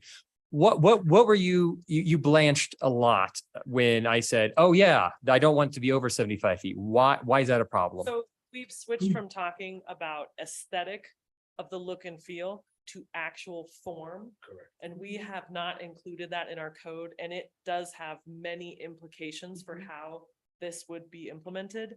And I would need to look at that. It's something that we brought up that's a possibility, and I believe Kevin from, that's what he was mentioning, this concept. And so you're really limiting building structures now as opposed to facades. And that can have a lot of implications to how it's going to roll out. I am concerned that it will have, if we don't write this correctly, and if you want to do it, we could possibly tweak on second reading, but that changes a lot of the intent of what we proposed. And so I'm not comfortable doing it without a second look at how it impacts other areas. You said you weren't going to work on this anymore, though. Unless given specific direction. May I make a suggestion? Because this is a place that we haven't stepped into before and we haven't really analyzed. I think it starts to accomplish the goal that Councilor Weimer and you are trying to achieve. It may be a good first step, recognizing that we need to take that next step because I think Kevin raises some great concerns that I think are more complicated, but that we absolutely need to work on as well. But this is a good starting. Okay, so my motion stands as stated, even though I agree with you. Okay, let's call that question. Oh, did you want? Okay. Okay. Light us up, Ryan. Working on it. Okay.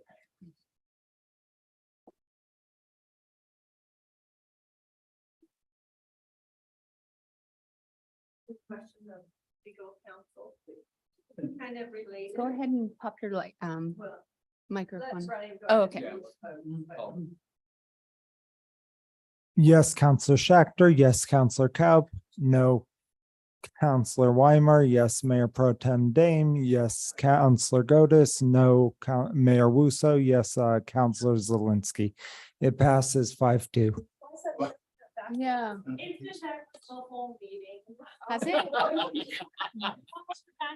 Yeah. Mercury retrograde.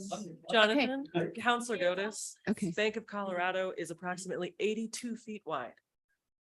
The lots as well. No, the building. Building. Okay. Counselor Kaup. Again, I just, if we're going to, and not tonight, but if we're going to discuss building size, again, I guess I would ask, where does that belong? Does it belong in the downtown design standards? Is it, let's have a conversation about that. Yeah, when we and get I there. think that's why Hannah and I are kind of hesitant, because that's something we have not.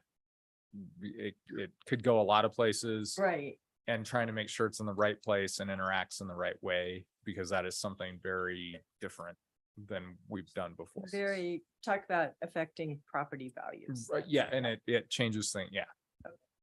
Counselor Schachter. I have a question. I don't know if we need a motion, but it's come up before and I want clarification.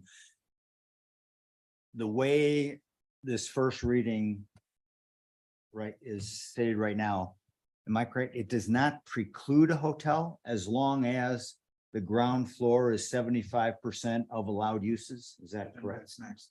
That's next. That's next. Yeah. Okay, but is that the interpretation as it stands? Not the ground floor, but the linear front. The linear. Yes. So as it reads right now, you can have a hotel. And as long as 75% of the linear frontage is an approved use, it's okay. All right, that's. Motion. Counselor Gotis. All right, I'll motion that we do not accept staff's recommendation that RO and or affordable / deed restricted housing is an allowed use on the front 75% of the ground floor in the district. Second. Go ahead. Second. Thank you. Any questions on that motion? I'll make a comment. I think that Counselor Dame made a good case for this during our council or our work session. Is there is a lot of places for resident occupancy and affordable housing. It can be on the second floor, it can be on the third floor, it can be on the fourth floor. It can be in the Meadows, it can be in South Glenwood, it can be anywhere, literally except for about 8 square blocks of the front of these buildings. And so I think limiting certainly less than 1% of our entire floor square footage of the town in order to increase vitality, because housing, no matter how valid and how noble it is, does not achieve our goal of increasing vitality. Okay, do you want to call the question?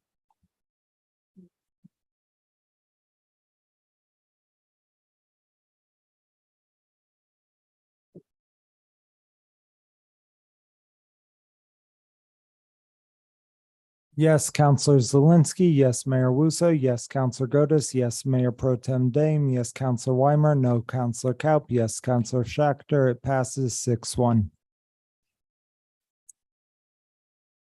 Okay, Counselor Demme.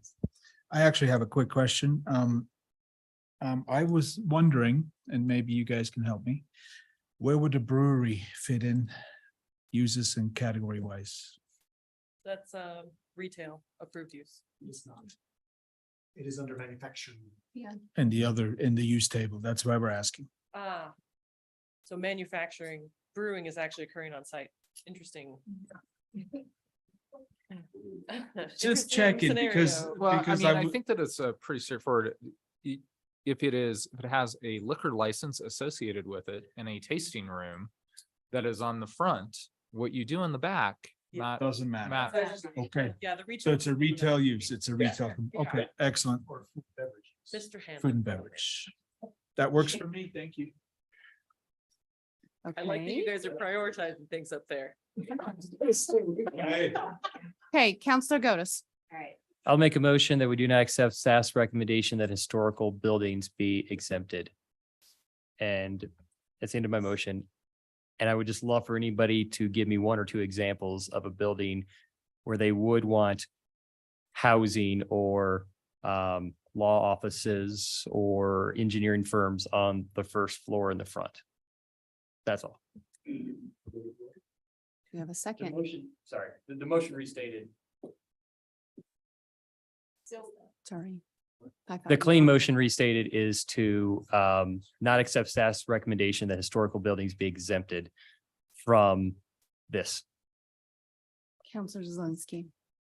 So it's my understanding that the only, We need a second before you can comment. I can't, If you I want, want clarification on it because okay, you second it. Go ahead, Okay. Marco. I'll second for the Okay, sake of great. discussion. Stay for this. Okay, go ahead. I thought the only historic buildings that were exempted are the ones that currently have residential on the ground floor. Right. There's not that many. There's, we would just be Yeah. maintaining existing residential. You want to change it? He wants to talk. I was looking it up to try to understand. Okay, I was go like, ahead. sorry. Yes, and because, again, I look at Western Hotel and go, that was housing on the first floor. That had a change of use, and I think that that is a perfect example. Or Malcolm Jolly's house across the street on Cooper. I think that there's several of these examples where we would want a major renovation to incur or not even restoration, a historical building, if it's a change. So now I'm gonna ask another question. A major renovation would kick it, or no? No, because it's exempt. So But exempt it was was all the historic. things. So but they would have still residential on the ground floor.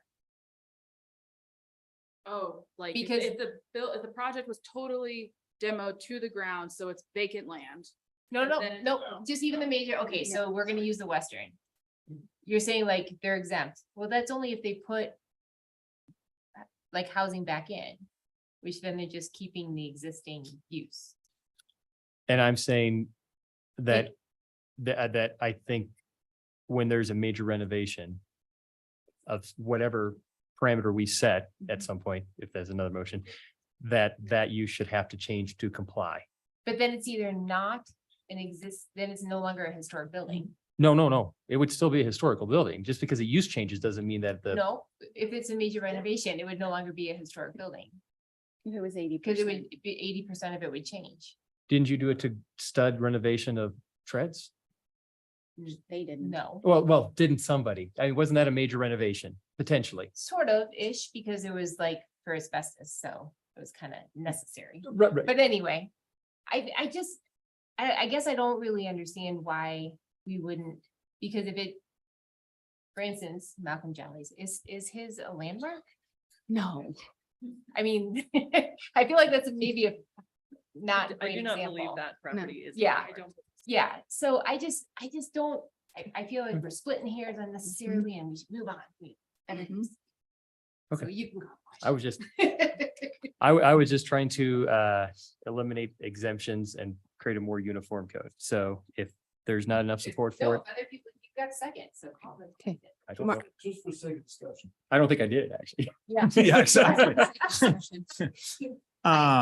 Did you, I'm sure you said it in the workshop, but how many of those scenarios do we have? I believe there are approximately 6 in this boundary. Might be 8 or 7 now. Let's say a handful. Yeah, let's say 6. At least a handful. And what Say. size roughly dimensions? How big are these buildings? I know, just give me, And do vacation rentals encompass residential? Yeah, because they're not a commercial use. They would. They fall under logic. Not if they're residential. If it's a residential, if it's an STR We include short-term rentals under our lodging categories. for this specific, okay. For this purpose, okay. Okay, this one, I think I would agree with, I think it was you who mentioned that if you do a complete remodel, unless there's a change of use, it doesn't, I mean, I think that if you're remodeling your property, be it a historic designation, you're improving the property. And so I don't want it to be where it stifles redevelopment or remodeling, because you're like, well, I don't want to lose the existing use that I had. So, I mean, take for instance, even though I think we're wasting a lot of time considering there's 6 properties, take for instance that an attorney, some law firm, the Chadwicks have a place in downtown, right? I don't know if they just or did. Say they completely remodeled it and it happened to be in this zoning district. And then it stopped them from wanting to redevelop it or make it nicer, remodel it, because they want to continue to use it as a law firm. Like, that's what you're saying. That's not what you're saying? No, I'm just saying that we don't. To have residential. I'm saying 80%. If somebody takes it to the studs, Shall not. then yes, apply it to would the trigger that everywhere. Yeah, yeah. That's what I'm saying. I feel like if you have a historic house, and Yeah. you want to keep it a house, you should keep it a house. And I guess I'm just But thinking if Western you have a Hotel. house- If you have a historic house and you want to turn it into something else, you can. But we're just keeping a house. Okay, let's just call the question Are on we? this one, because I think we really know what we're talking about up here. No, well, if somebody does an 80, just again, if somebody does an 80% Yeah. remodel or more, not scrape, but an 80% remodel to a house or a Western hotel, if it's not historically designated, this would trigger, correct? Yes. Okay. So a house would not be a house if it's an 80% remodel or more. It would require this to kick in. Right. And so I'm just saying is, what is the difference with a historically designated property and a property next door that might be old, that's just not historically designated to us? Why do we care?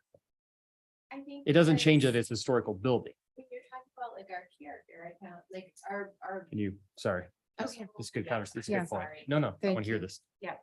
So, part of the charm of Glenwood Springs are these old historic, kind of Victorian style, some of these homes that are homes that have been really well maintained and people like to take a walk, on the neighborhoods and see these.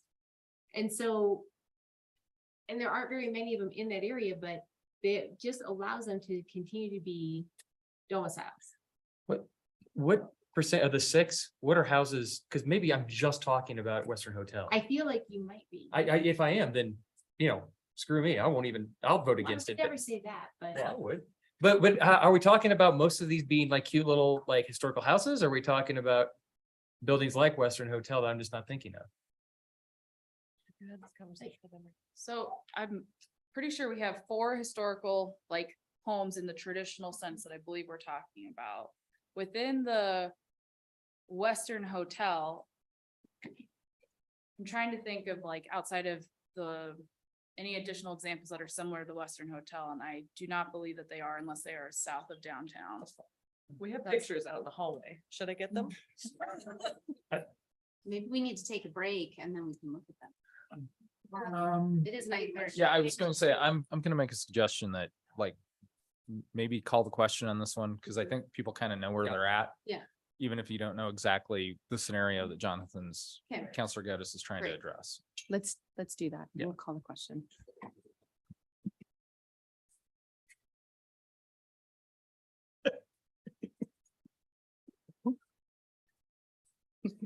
Okay, great. I can't support a crap motion. Okay. It's unanimous. It fails. What else you want? I still have All right. 80%. Initially, you want to take 80%? You want to take that one? I want to turn it into 50. I'm turning you two off for a minute.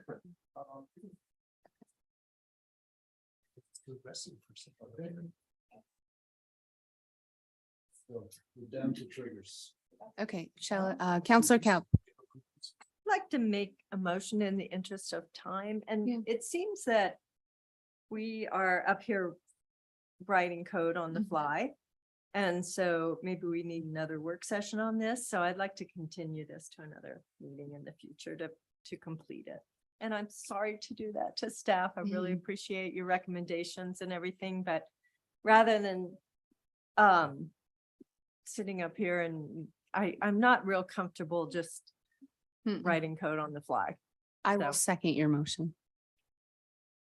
Counselor Geddes.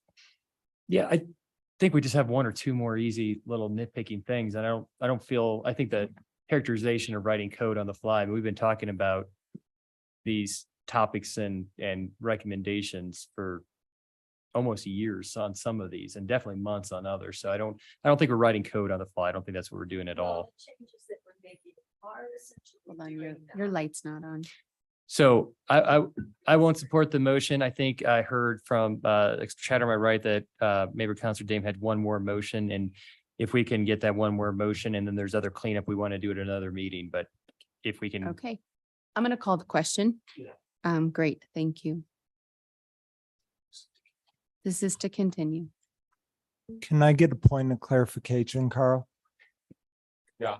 since I have to post the passage of an ordinance for Yeah, timing, there wouldn't be, but since parts of this ordinance have already passed, no, they haven't. okay. Okay. Well, I can explain. Do you want to go ahead and explain? Oh, sure. Yeah. So you guys are like building the ordinance with the motions, which is Mhm. what I asked you, John, Counselor Gutta suggested. I agreed that was a good way to do it. You're accepting portions of it. I don't know that we would need to publish the whole thing for a continuance because you guys would be continuing to work on that exact process. Or publish rather. We'll post it like we usually do to be, but as far as publish it, I would view it as continuing to work through the details of the ordinance.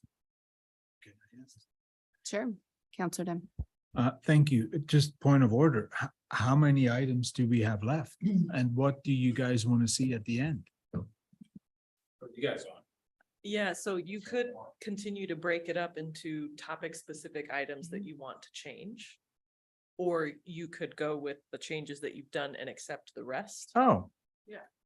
Madam Mayor, maybe. Or any have a motion on the configuration that you Right. desire. Okay, Right. I Thank will you. state, I will not be here the first meeting in October. Okay. But I have full trust in Danielle. okay, thank you. Okay. So we do have a motion on the table, and that is a motion to continue based on feedback we received from our legal counsel. Let's go ahead and call that question and then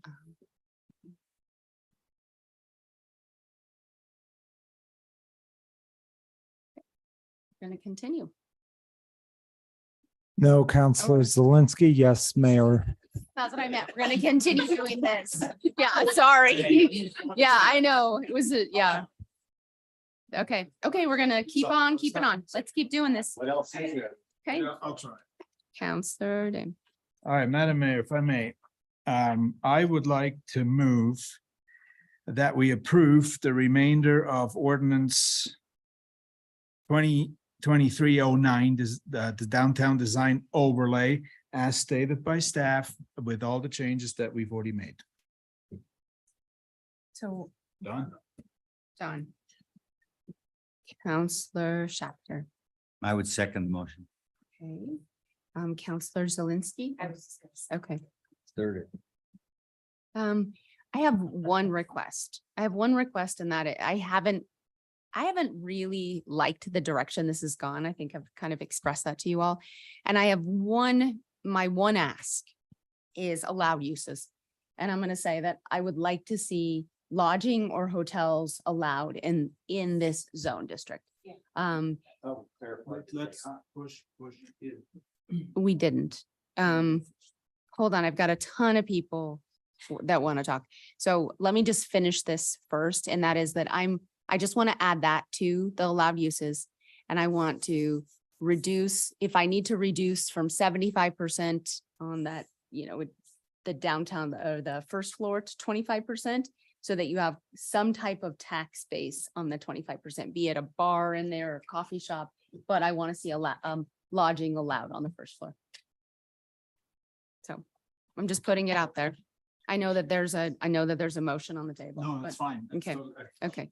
Counselor Gotis. Two things. I think in response to that, Mhm. I just want people to imagine Hotel Denver with just a coffee shop, no brew pub, no salon, no Fifth Dimension, no the stuff they kicked out. I think, when I go to other towns in the suburbs and I stay in like like one of the things we have out here at the Meadows, Marriott, whatever, that's fine. You can have lodging on the first floor. It's not a big deal. But when I go to downtown Denver, when I go to downtown Fort Collins or Boulder, you don't stay on the first floor because the first floor has that vitality. And so I think if we want to split hairs, but I gotta say, I'm just, be very frank, I'm just very concerned that a large landowner like the pool is going to scrape all of the businesses south of 6th Street and make one massive boutique hotel. And we're going to get one little restaurant in there. And that's my fear with doing that. And I think that's a real possibility. I don't know that possibility exists. Well, the Confluence, if that gets redeveloped or we to do,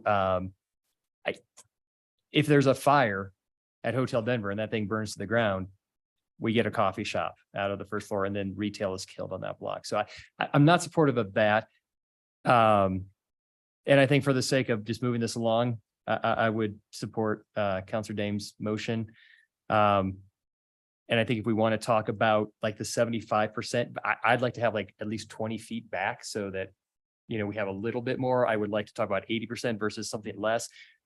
But for tonight, it's kind of the next best thing towards continuing. Let's get it off first reading. Let's talk about some of these things on second reading. So it kind of serves, but we can at least pass something tonight. That would be my suggestion. Counselor Dim. Thank you, Madam Mayor. Just to clarify, and I know Councilor Schachter has already posed a question. Lodging is allowed at this point, as long as the lobby is the 25 feet. So. I'm sorry, 25%. Sorry. Yes, so on the linear, it does not matter how big it is on the inside, as long as the 75% of the linear frontage is an allowed use, which that could be 6 feet back, it can be 20 feet. That doesn't. It is allowed.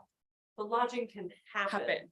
It's not listed as allowed use, so it has to happen in that smaller lobby, just on the front, but. Just on the front, but can expand in the inside, in the back. Yes, sorry. Okay, I think okay. I'm gonna leave it. Counselor Zelinski. So I just think that it was my understanding that it is allowed. I Okay. understand that. So- I think that in general, this has taken on a form of its own. So go ahead. I just was curious. Yeah, I guess I was gonna try and get clarification from you, what you wanted to see different than what is allowed. I want to see us smaller. I'm asking for less than 75% on the main floor. That's what I'm asking for. And I haven't this whole evening, every concern I've addressed has been usurped by the general. And so I'm asking for a concession because I think it's a collaboration saying we all need to feel like this is moving forward in a direction that works for more than just the voices that have this strong desire. That's what I think we need to do. So I'm asking for some type of concession here, but that's okay. No, I just Yeah. was trying to get Hold on, go ahead. Erin. clarification because, yeah, I guess I'm just thinking, and this is what I was thinking about kind of like in going back into it, you know, kind of like the boutique hotels and everything, even the people that are staying there, they want like the little, I don't know, it could just be like that little, you know, amenities area up in the front and all the thing, you know, but generally ground floors tend to not be rooms. Yeah, I agree. So that's why I was just trying to understand like what Yeah. different. So I have, Yeah. you just want like a smaller, like if it were a hotel. Yeah. That it could be less than 75% of the linear Sure. frontage. So I think that once again, I was on planning and zoning and then I transitioned into council. And so I've been part of all these Right. dialogues. And I remember when we talked about the Western and I remember you saying, if they wanted hotel rooms in the back, that's fine. I just wanted to see like a little tiny bar in the front. And now I think we have completely gone past that and we're absolutely micromanaging. And to Counselor Kalp's point, we're writing code up here. And I think it's gotten off the rails, but I'm going to go with Counselor Schachter. No, thank you. And I know it's a controversy. First of all, I would look at our charge tonight as writing code, as revising the code that was presented to us. And I believe if I'm not, help me if I'm not correct, that on the second reading, we could address that as well.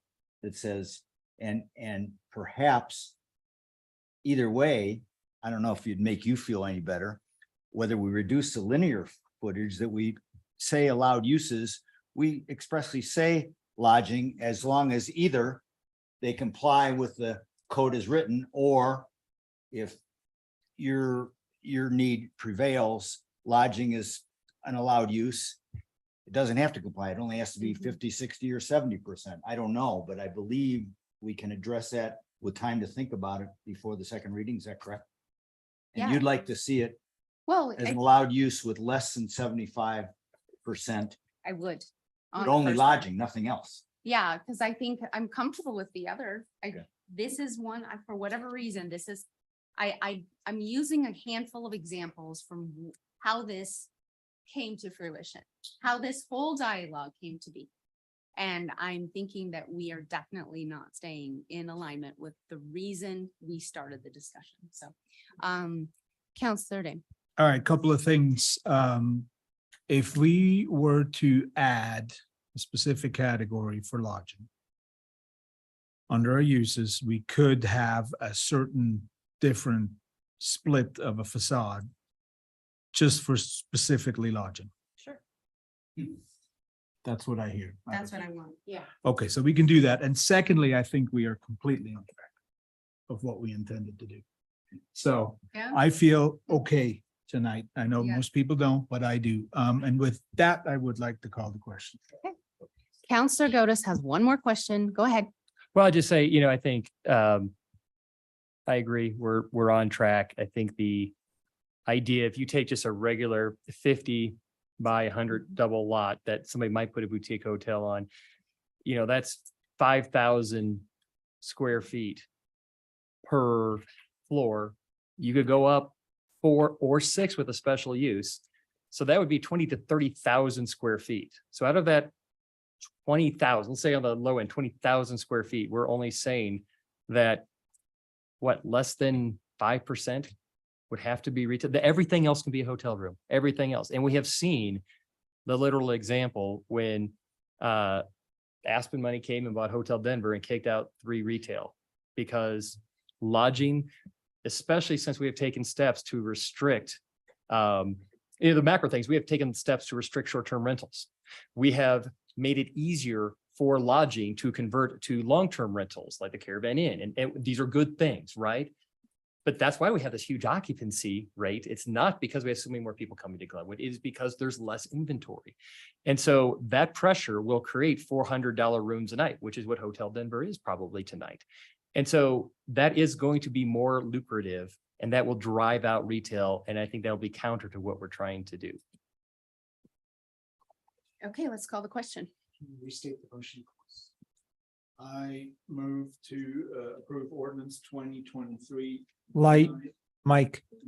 Oh. I would move that we approve ordinance 2023-09 downtown design overlay, the remainder of it and the changes we made. And I would include that we add a subcategory about lodging to make it a special category where lodging could be as much as 50% of the facade. And the rest would be an approved use, I guess. Who, I think Aaron did the second. Counselor Zelinski. I second. And you amend. Yeah, I amend by second. Thank you. Okay. Counselor Gotis. Just since it's a new motion, I guess I would say I will not support this motion. I would support it just as clean as it was. I think there's a few cleanups that on second reading I'd like to see. Small little things. This feels like a small little thing. So I think having it as an amendment to the larger thing is not something I'd be able to support. Okay, let's call the question. Thank you. I gotta change it. Do you need us to do it? Yeah. All right, yeah, I don't Okay. think, all right. Yes, Counselor Zelinski, yes, Mayor Wusso, no, Counselor Gotis, yes, Counselor Dame, Mayor Pro Tem Dame, no, Counselor Weimer, no, Counselor Kaup, yes, Counselor Schachter, it passes 4-3. Okay. We will move on to council comments. Thank you guys so much. Appreciate it. Council comments. We'll start from one end or just whoever wants to do them. I don't care which one. Does anybody have anything this evening? I think we're calling with that. Yeah. I have one. I had a phone call with a constituent who asked me, she said she wasn't going to be able to. Yeah. Okay. I had a constituent call me and ask me she said she was unable to write a letter, but that she wants me to speak to you guys and let you know her concerns with the community. I think she reached out to quite a few of us and wanted us to just make sure that we hear her concerns. And so if you guys all would just find time to talk to me, I'll share her concerns with you. Thank you. Anyone else? Counselor Cow. I just wanted to bring to council's attention, in case you didn't see it, there was a complaint by some of the downtown businesses under the bridge about there was a UP train that pulled up under there on a market night and sat and idled with diesel fumes for an hour and a half and wouldn't respond to being asked to move. So I think I had forwarded the email to our legal counsel and I think also staff, and maybe they can speak to that a little bit. We're hoping it won't happen again, but it's just an impact. Yeah, we called and talked to the UP and they said they talked to their operations team about it and that it shouldn't happen again. So if it does, then I guess we have a different problem. Okay. Counselor Dame. Thank you. Oh, God. It's not the old It's okay. system, it's the new system. Okay. Thank you. I kind of missed the announcement early on, so I kind of want to do it now. The Better Together mural festival is going on downtown where we're painting electrical boxes. And I understand the Bethel Plaza electrical boxes are from 10 a.m. to 3 p.m. on September 23 and 24. So if you have a minute, go look at it. And I think it's a total of 12 boxes, Shelley, 12, 10, 12. Right? Yeah. There's a lot going on, so that's very cool. And it's happening September, early October. So just wanted to say that. Thank you. Thank you. Counselor Gotis. Yeah, there's, I guess there should have been announcements as well. The Destination Stewardship